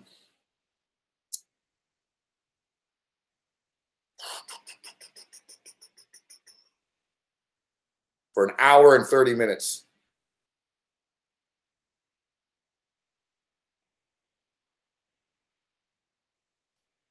Oh, another official at boom. White page. This is what bothers me here. This is what it says. So they have it in all the languages. The website is currently unavailable due to routine site maintenance. Normal service will be resumed shortly. Please accept our apologies or any inconvenience caused. To place a bet using your existing Bet365 account, please call the Telebet Center. They're full of shit. I did it.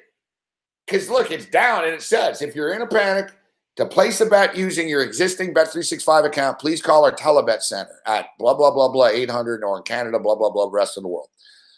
I did it. And they're like, no, our system's down. They're full of shit. Because you called, you can't get the bet in. They're not going to write it down on a piece of paper. They're full of shit. I don't know why they say if you want to get a bet in, call them, because it's not true.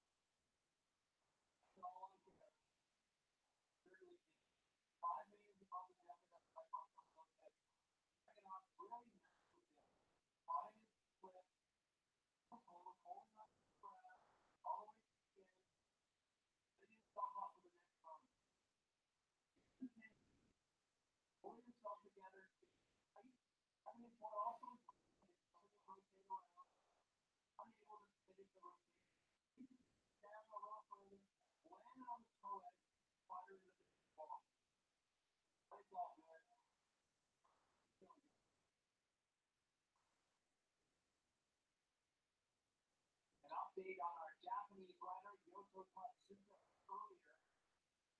Getting word that we get a hospital for So basically, this is another instance in which you know you've got a problem. Anyone else like to share? How about you in the back with the glasses, sir? My name's Bobby, and I am an addict. Hey, Bobby. I am very upset that the sportsbook I bet on is down for the next 90 minutes. This isn't fair. You know, you folks aren't here because you're gamblers. You are here because you are terrible gamblers. Okay, Bobby. These folks don't need to stop doing what they're doing. They just need to get better at it. Who's stealing? Please. Who's that? Hello? Eureka, Billy James! Bobby Riggs. I had a great idea. Male chauvinist pig versus hairy-like feminist. You're still a feminist, right? I'm a tennis player who happens to be a woman. Don't hang up. And by the way, I shave my legs. Billie Jean King, already a champion of women's rights, is now the most successful female player of all time. I am not saying that women don't belong on the court. Who would pick up the balls otherwise? Oh my God. There isn't a single thing I don't hate about Bobby Riggs. You know what I'm doing? I'm cooking. I'm cooking. I won the triple in Wimbledon. I could beat Billie Jean King. Does she have the nerve? Call Bobby. Tell him. So, Billie Jean, what do you want? Don't get me wrong. I love women in the bedroom and in the kitchen. What are you talking, Bobby? What nonsense you spout. The worst is going to be when you lose. I'm going to be the best. That way I can really change things. Ladies and gentlemen, I'm going to put the show back to children. Bobby's a clown. This whole thing's an act for him. Business, sports, you name it. At the very top, it's a man's world. So we want a little bit of what you got. That's what you can't stand. 40 million people are watching. The battle you've all been waiting to see. Now I'm done talking. Let's play. The battle of the sexes.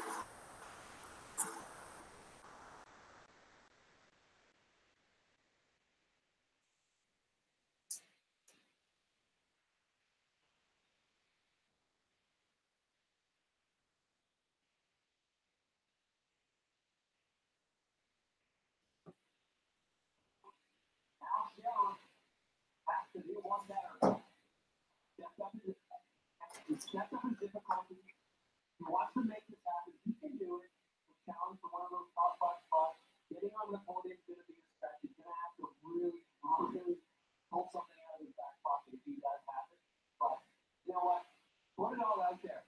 Why not? It's the Olympic final. Last run.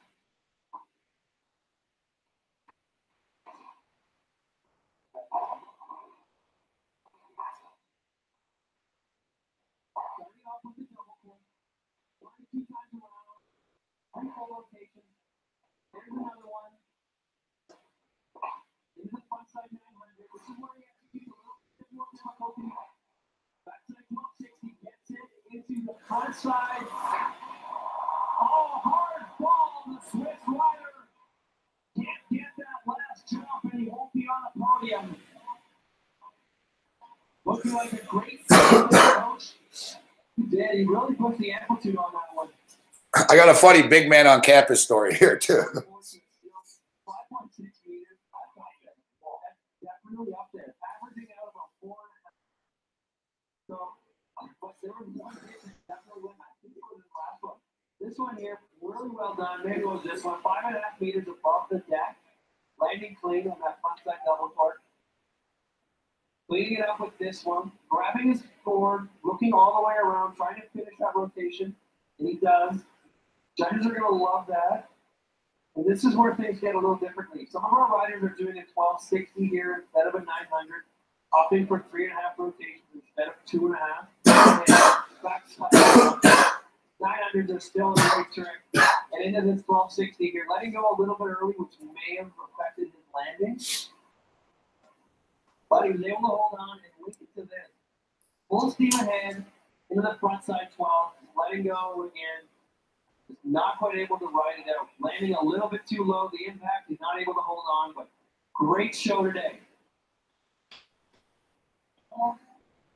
So it is a 9th place finish for Scherer, the Swiss rider. Second score standing up.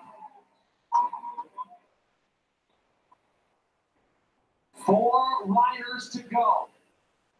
Before we determine our Olympic podium, the men's snowboard half-pipe, Raibu Katayama from Japan.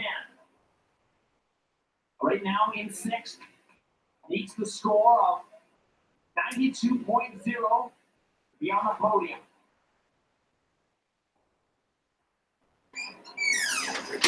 Has good first run, set himself up, having a little bit of trouble in his second run. Getting a little bit caught up in the flat bottom, but he's got three. Visualizing what it's going to take.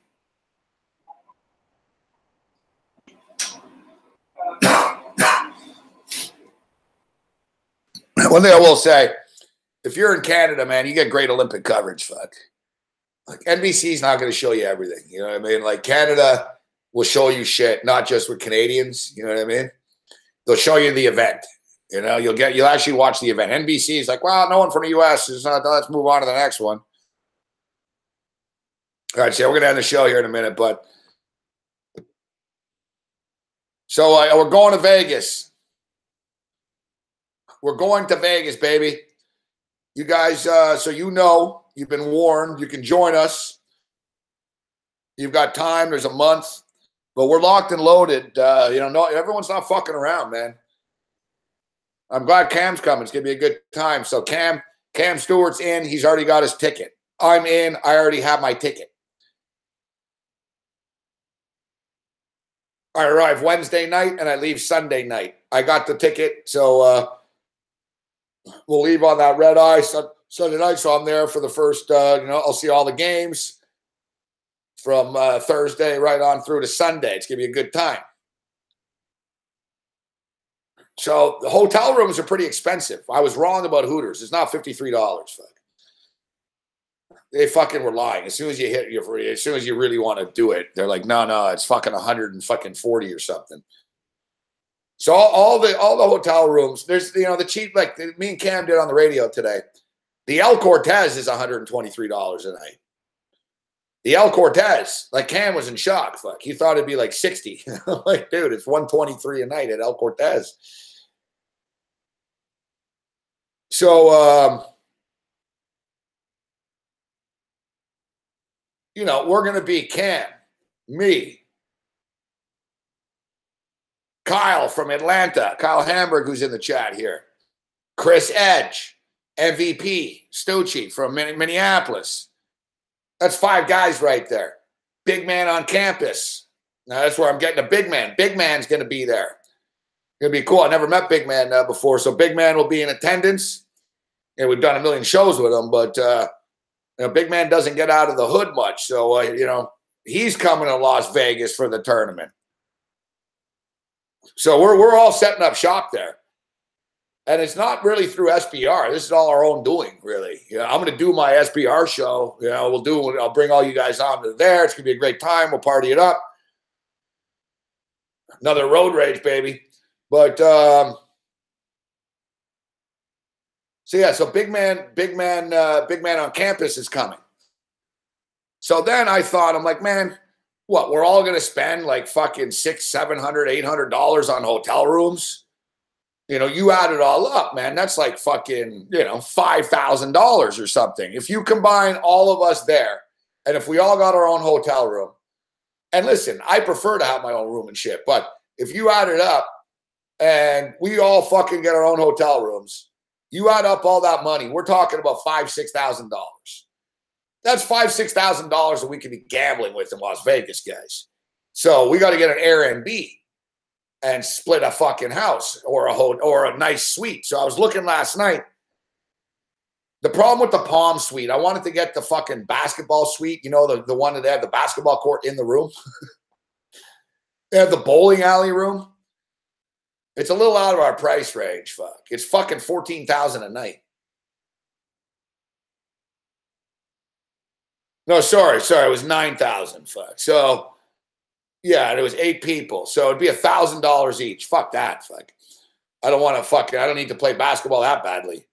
Yeah, it's cool. There's a basketball court in your fucking living room of your hotel, but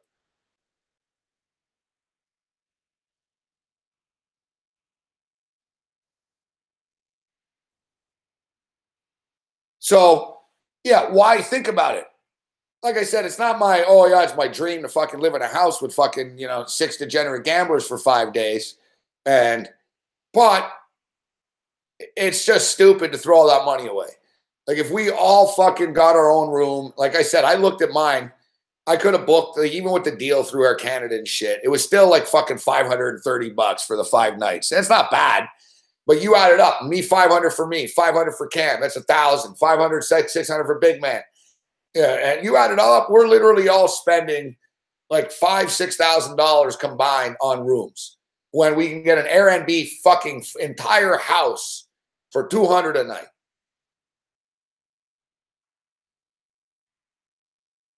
There's houses in Vegas. There's a bunch of them on Airbnb. 3 miles, 2 miles off the strip, 4 miles off the strip. They have Uber and Lyft in Vegas. Man, you get an entire house. There's one. It's an entire house, 5 bedrooms, sleeps 5 beds, fucking couches, fucking pool, 2 floors, Vegas house, right near the Red Rock Casino. You're 3 miles from the strip. And we pay $300 or $219 a night.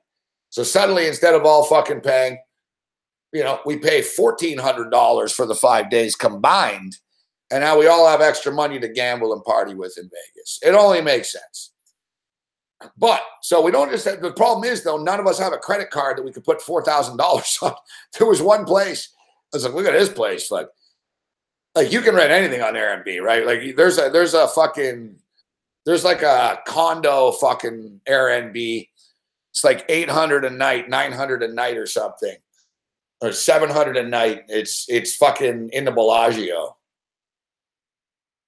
So like basically you're in the Bellagio, fuck. You got a fucking nice condo suite in the Bellagio. It sleeps like six to 8. Fuck, there's couches and fucking VIP suite, and you know what I mean? But it's fucking expensive. When I added it all up, it was $4,300. So between all of us, yeah, that's not bad. We all throw $500 in and we got this fucking suite at the Bellagio. But then I realized, who's going to fucking put that on their credit card? You know what I mean? I don't even have a credit card. I got these prepaid. Yeah, how are we going to cover $4,300 on a credit card? Fuck.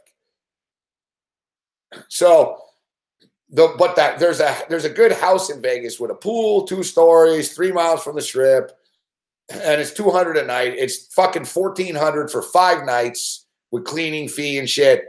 $1,400 for 5 nights. We got a fucking house in Vegas with a pool, Wi-Fi, TV. We got it all. Fucking, we hit the. We're not even gonna be there that much, but exactly. Like I think getting the house is.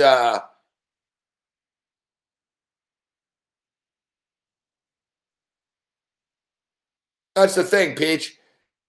And I know Vegas, so I know the neighborhoods and shit too. So I'm seeing where they are. And I'm like, oh, fuck, man. 3 miles from the strip, man. Whatever, dude. That's fucking like Durango.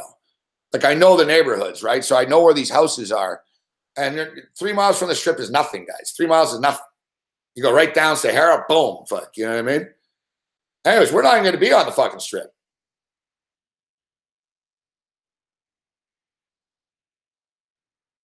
We're not going to be on the strip. You know what I mean? We're not, you know what I mean? We're going to go to casinos and shit, but we won't be on the strip very much. Maybe Mandalay Bay, you know what I mean? But like, that's not really strip. That's the end of the South Strip. So this is where I'm going. So besides like exactly Summerlin, Peach, I know I live there. I know Summerlin well. I worked in Summerlin. Don Best Studios were in Summerlin. So, up there on Sahara and Durango.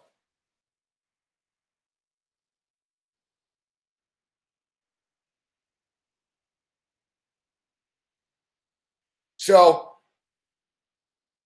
I brought it up though. I'm like, listen, we can get a fucking house or, we'll look at the fucking hotel suites. Me and T-Bone once stayed at a suite fucking with a bunch of in Frankenbowl and shit at the Trop. T-Bone got a deal on it or comped or something. And it was fucking nuts, man. It was like Costa Rica, basically, but in the hotel. There was like 2 fucking floors. There was 1 million rooms, fucking hot tubs in the middle of the living room and shit. And it's funny. We got these porn stars up there. these black chick porn stars, but the really big ones, the heavy, fucking fat, big ass, not like big Kim Kardashian ass, but big ass. Yeah, we had two of their chicks. We met them in a casino. We hit it off. So we go up to the room and shit, and we had the computer out, and the chick's like, yeah, let me show you. And she was a big name. If I saw her name, I'd know. She's like, yeah, look. And fucking, we're like, holy fuck. But she had she was 300 pounds, man. She had fucking huge fucking ass and shit. Massive tits, fuck. It was a big party at the Trop. Shit got pretty crazy. So, big party at the Trop. We didn't tell. I never told that story on air too much. But anyways, some names will remain anonymous in what happened in that room. So, we were at that Trop place. And, man, there was fucking 4 beds, fucking couches, there was shit all over the place. I had a room, and I didn't even sleep in my room at that fucking place. I ended up, there was, this fucking corner couch type of little party zone.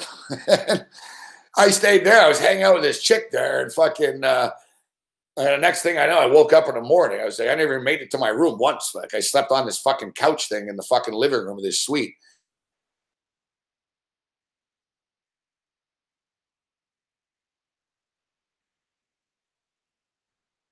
So what's funny, this is the funny part. I'm going to end the show, but what's funny about this is with Big Man. So I tell Big Man, I'm like, yeah, we'll get the Airbnb. It's to be cheaper than all of us spending all that money on the hotels. He's like, yeah, good idea, fuck, And I said, it'll be fun. We'll film shit. It'll be a good time there,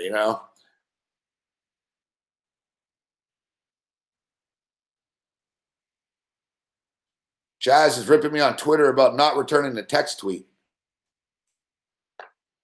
What text tweet?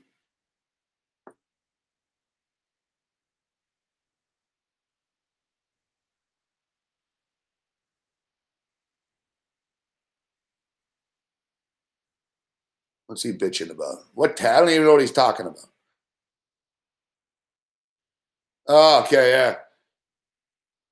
Yeah, I know.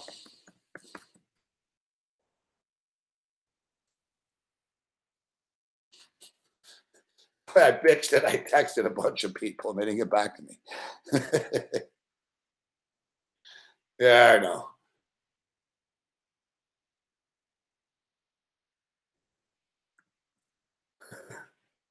So anyways, all right. What do we got here?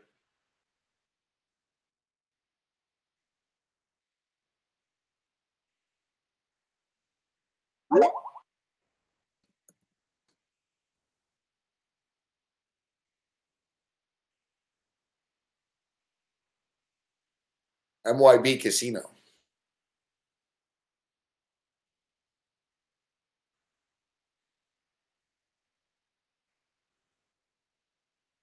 All right, so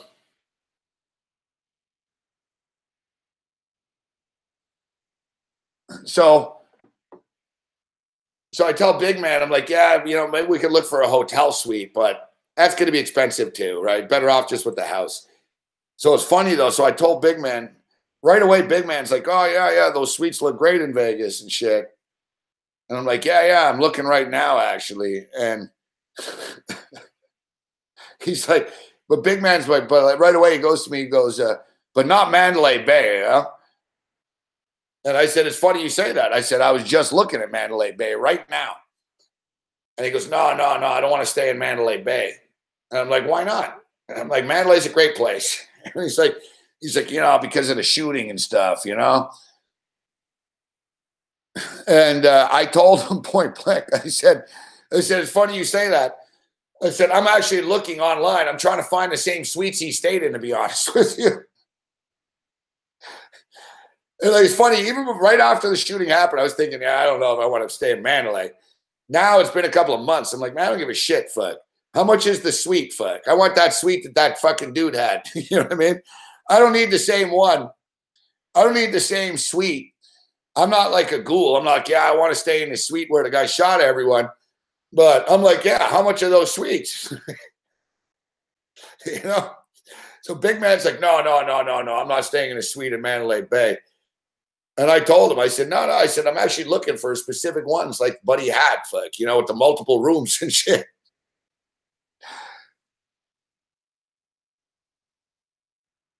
That's your class act, Peach, but yeah, we're a bunch of dudes, you know what I mean? Yeah, they closed that room down, but I'm talking about the whole suites at Mandalay. So yeah, me personally, I've got no problem with staying in Mandalay Bay now. Listen, like people get shot everywhere. Like if you want to get into that in Vegas casinos, like, you're not going to stay anywhere.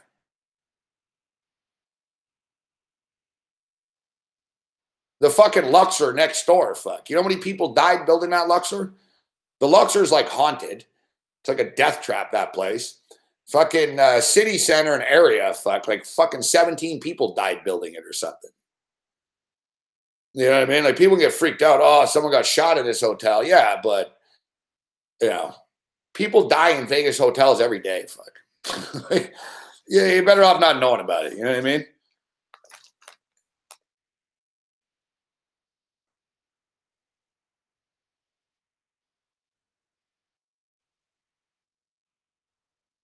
I don't get any creepy vibe from Mandalay Bay.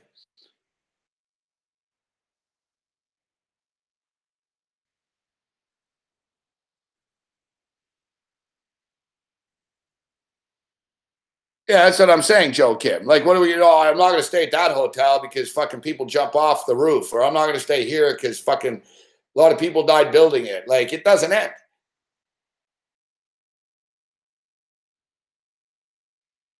You know what I mean? It doesn't end. I get it. You know what I mean? Yeah, there's a tower in Montreal where there was a shooting at the University of Montreal when all the girls got killed. And it's hard not to look at that place and get spooked out when you see it still. But I don't know. Mandalay Bay is different to me. Like I said, I was in Vegas. I saw Mandalay Bay. I sort of looked up at the window. There was still the board on it when I was there too, fuck. So you could really see it. I looked up. You could see it. And sort of like, yeah, you know.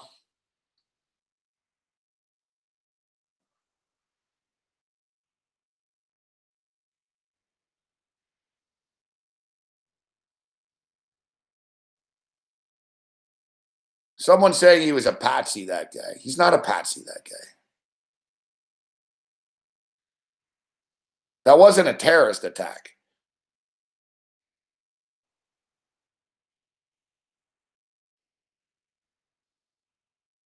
I like the open balcony, fuck, so you can smoke in the room. That's good. The Mandalay Bay shooting wasn't a terrorist attack. Just a fucking psychopath. The only shady shit they're lying about here with that stuff, there's no multiple shooters in the floor, this and all that bullshit, fuck. It's fucking stupid, fuck. I'm a conspiracy theorist, but, you know, that shit gives conspiracy theories a bad name. There was no one shooting. So what do? They shot through the window and they magically fixed the window. Like, no. They're going, oh, look, there's shots coming from the fourth floor. From where? From where? Did they secretly fucking take the window out and put it back in? Like, you know what I mean? Bullets were ricocheting everywhere. Fuck. People don't know shit. The fucking light off the building was a fucking laser from the fucking show. But the only thing that is true about the shit is they're obviously lying about the video footage. There's video footage from all over the place. They don't want you to show that. They don't want to get sued. You know, and that's the thing. It's like the Malaysian Airlines plane. No government shot it down. I think the fucking batteries fucking blew up. And I think Boeing and shit and the batteries, they don't want to be liable for this shit. And it gets swept under the carpet. It's the same shit. MGM's a powerful group, man. You notice MGM never got sued for $2 billion or anything, right? You know, that's why, like, the cops are blaming MGM. MGM blames the cops, and it just goes to court, and then they just pay everyone off to fuck off. But Laura Loomer's a fucking loser, fuck. Laura fucking Lunar, fuck. Laura Loomer, fuck. Yeah, like she's a real fucking Pulitzer Prize winning journalist. Fuck Laura Loomer. So, I guess what, Jack Poseynik on it too? The Malaysian was not the pilot, Gregory D. He was the pilot. The media fucking made it the pilot, so you bought that bullshit.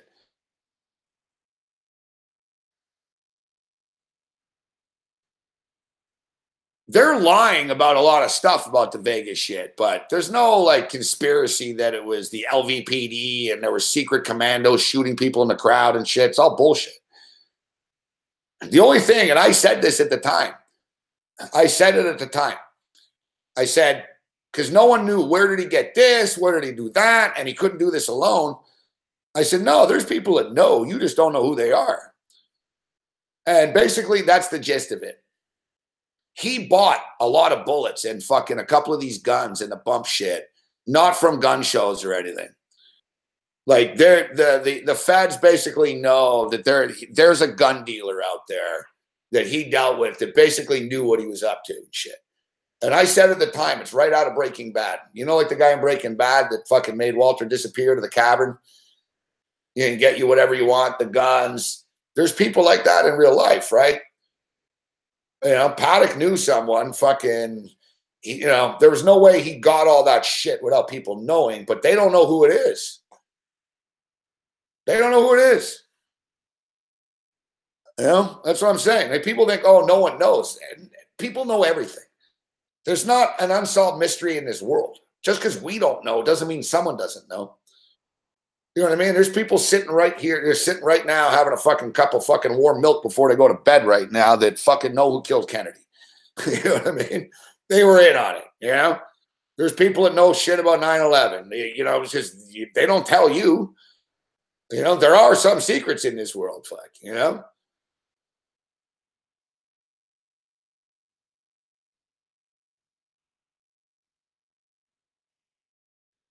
I could buy into that, Peach. I could buy into that they fucking knew and they were watching him and then it fucked up, or, you know what I mean? I'm not saying that there's not lies. Law enforcement never tell you the truth about anything. The government never tells you the truth about anything. Everything is a lie, people. Everything. If they say good morning, they're lying to you. Okay? Like, it's a lie. Everything is a lie in society. Everything on the news is fake. Everything. You know, from Fox to CNN to NBC to PBS, press releases, you know, like when Barbara Starr comes on, sources at the Pentagon tell me, yeah, sources at the Pentagon told you. You are reading what the Pentagon wants you to read. You know what I mean? Everything is a press release. You have to think of news. Everything is a press release and fake. So the LVPD is hiding shit because they're incompetent, fuck. The FBI is hiding shit because they probably knew all about fucking Paddock. You know what I mean? It goes down the list of the corruption and the lies, fuck, you know? It's like the Boston bombing. You remember like the Boston bombing at the marathon? They put on the news for 2 days. Who are these people? We need your help. Who are these two people? You know, remember it was like a national manhunt. Who are these two people? We have them on the video. Well, it turned out fucking you knew who these two people were. You fucking interviewed them 22 times. And some suspect one of them was a fucking snitch for you. So, you know, the FBI released this fucking video to America. Look for these two people. Oh, yeah, that's right. Oh, shit, that's right. We actually know these people. It's like Baghdadi, fuck. Baghdadi's still the most wanted man in the world. Where's Baghdadi, fuck? Where's Baghdadi at? I don't know, fuck. John McCain was with him 2 months ago. Here's a picture of him.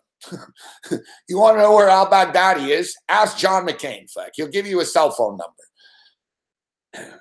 John McCain can get Baghdadi on the phone in 30 seconds if he wants. Where is he? Ooh, he's the most wanted man. I love they did it the other day. U.S. military forces sources tell us that they're moving in on Baghdadi. Yeah, you keep moving in on him, fuck. But the thing is, people buy this shit. It's like, where's Baghdadi? I don't know. Like, search Baghdadi and John McCain. You're going to see them arm in arm, fuck. He's right there, fuck. You know, he's wearing a Led Zeppelin t-shirt. And it's funny, you see the picture of McCain. Baghdadi ain't in his fucking in the TV terrorist look. He's like real. He's wearing a leather jacket. He's got like a Led Zeppelin t-shirt on. He's got his beard isn't like the beard. It's just sort of a, you know what I mean? When he meets with McCain, he's normal. He just wears normal clothes. And that's like the movie, fuck. You know what I mean? Mandarin. It's like an actor, fuck. All right, you fucking put the fucking thing on. All right, now you're the cleric Baghdadi, fuck. Oh, I don't know, you want to fucking, I want to kill everyone, fuck. Death to America. Death to America. Fuck cameras off, fuck turns it off, and he puts on a New York Met game.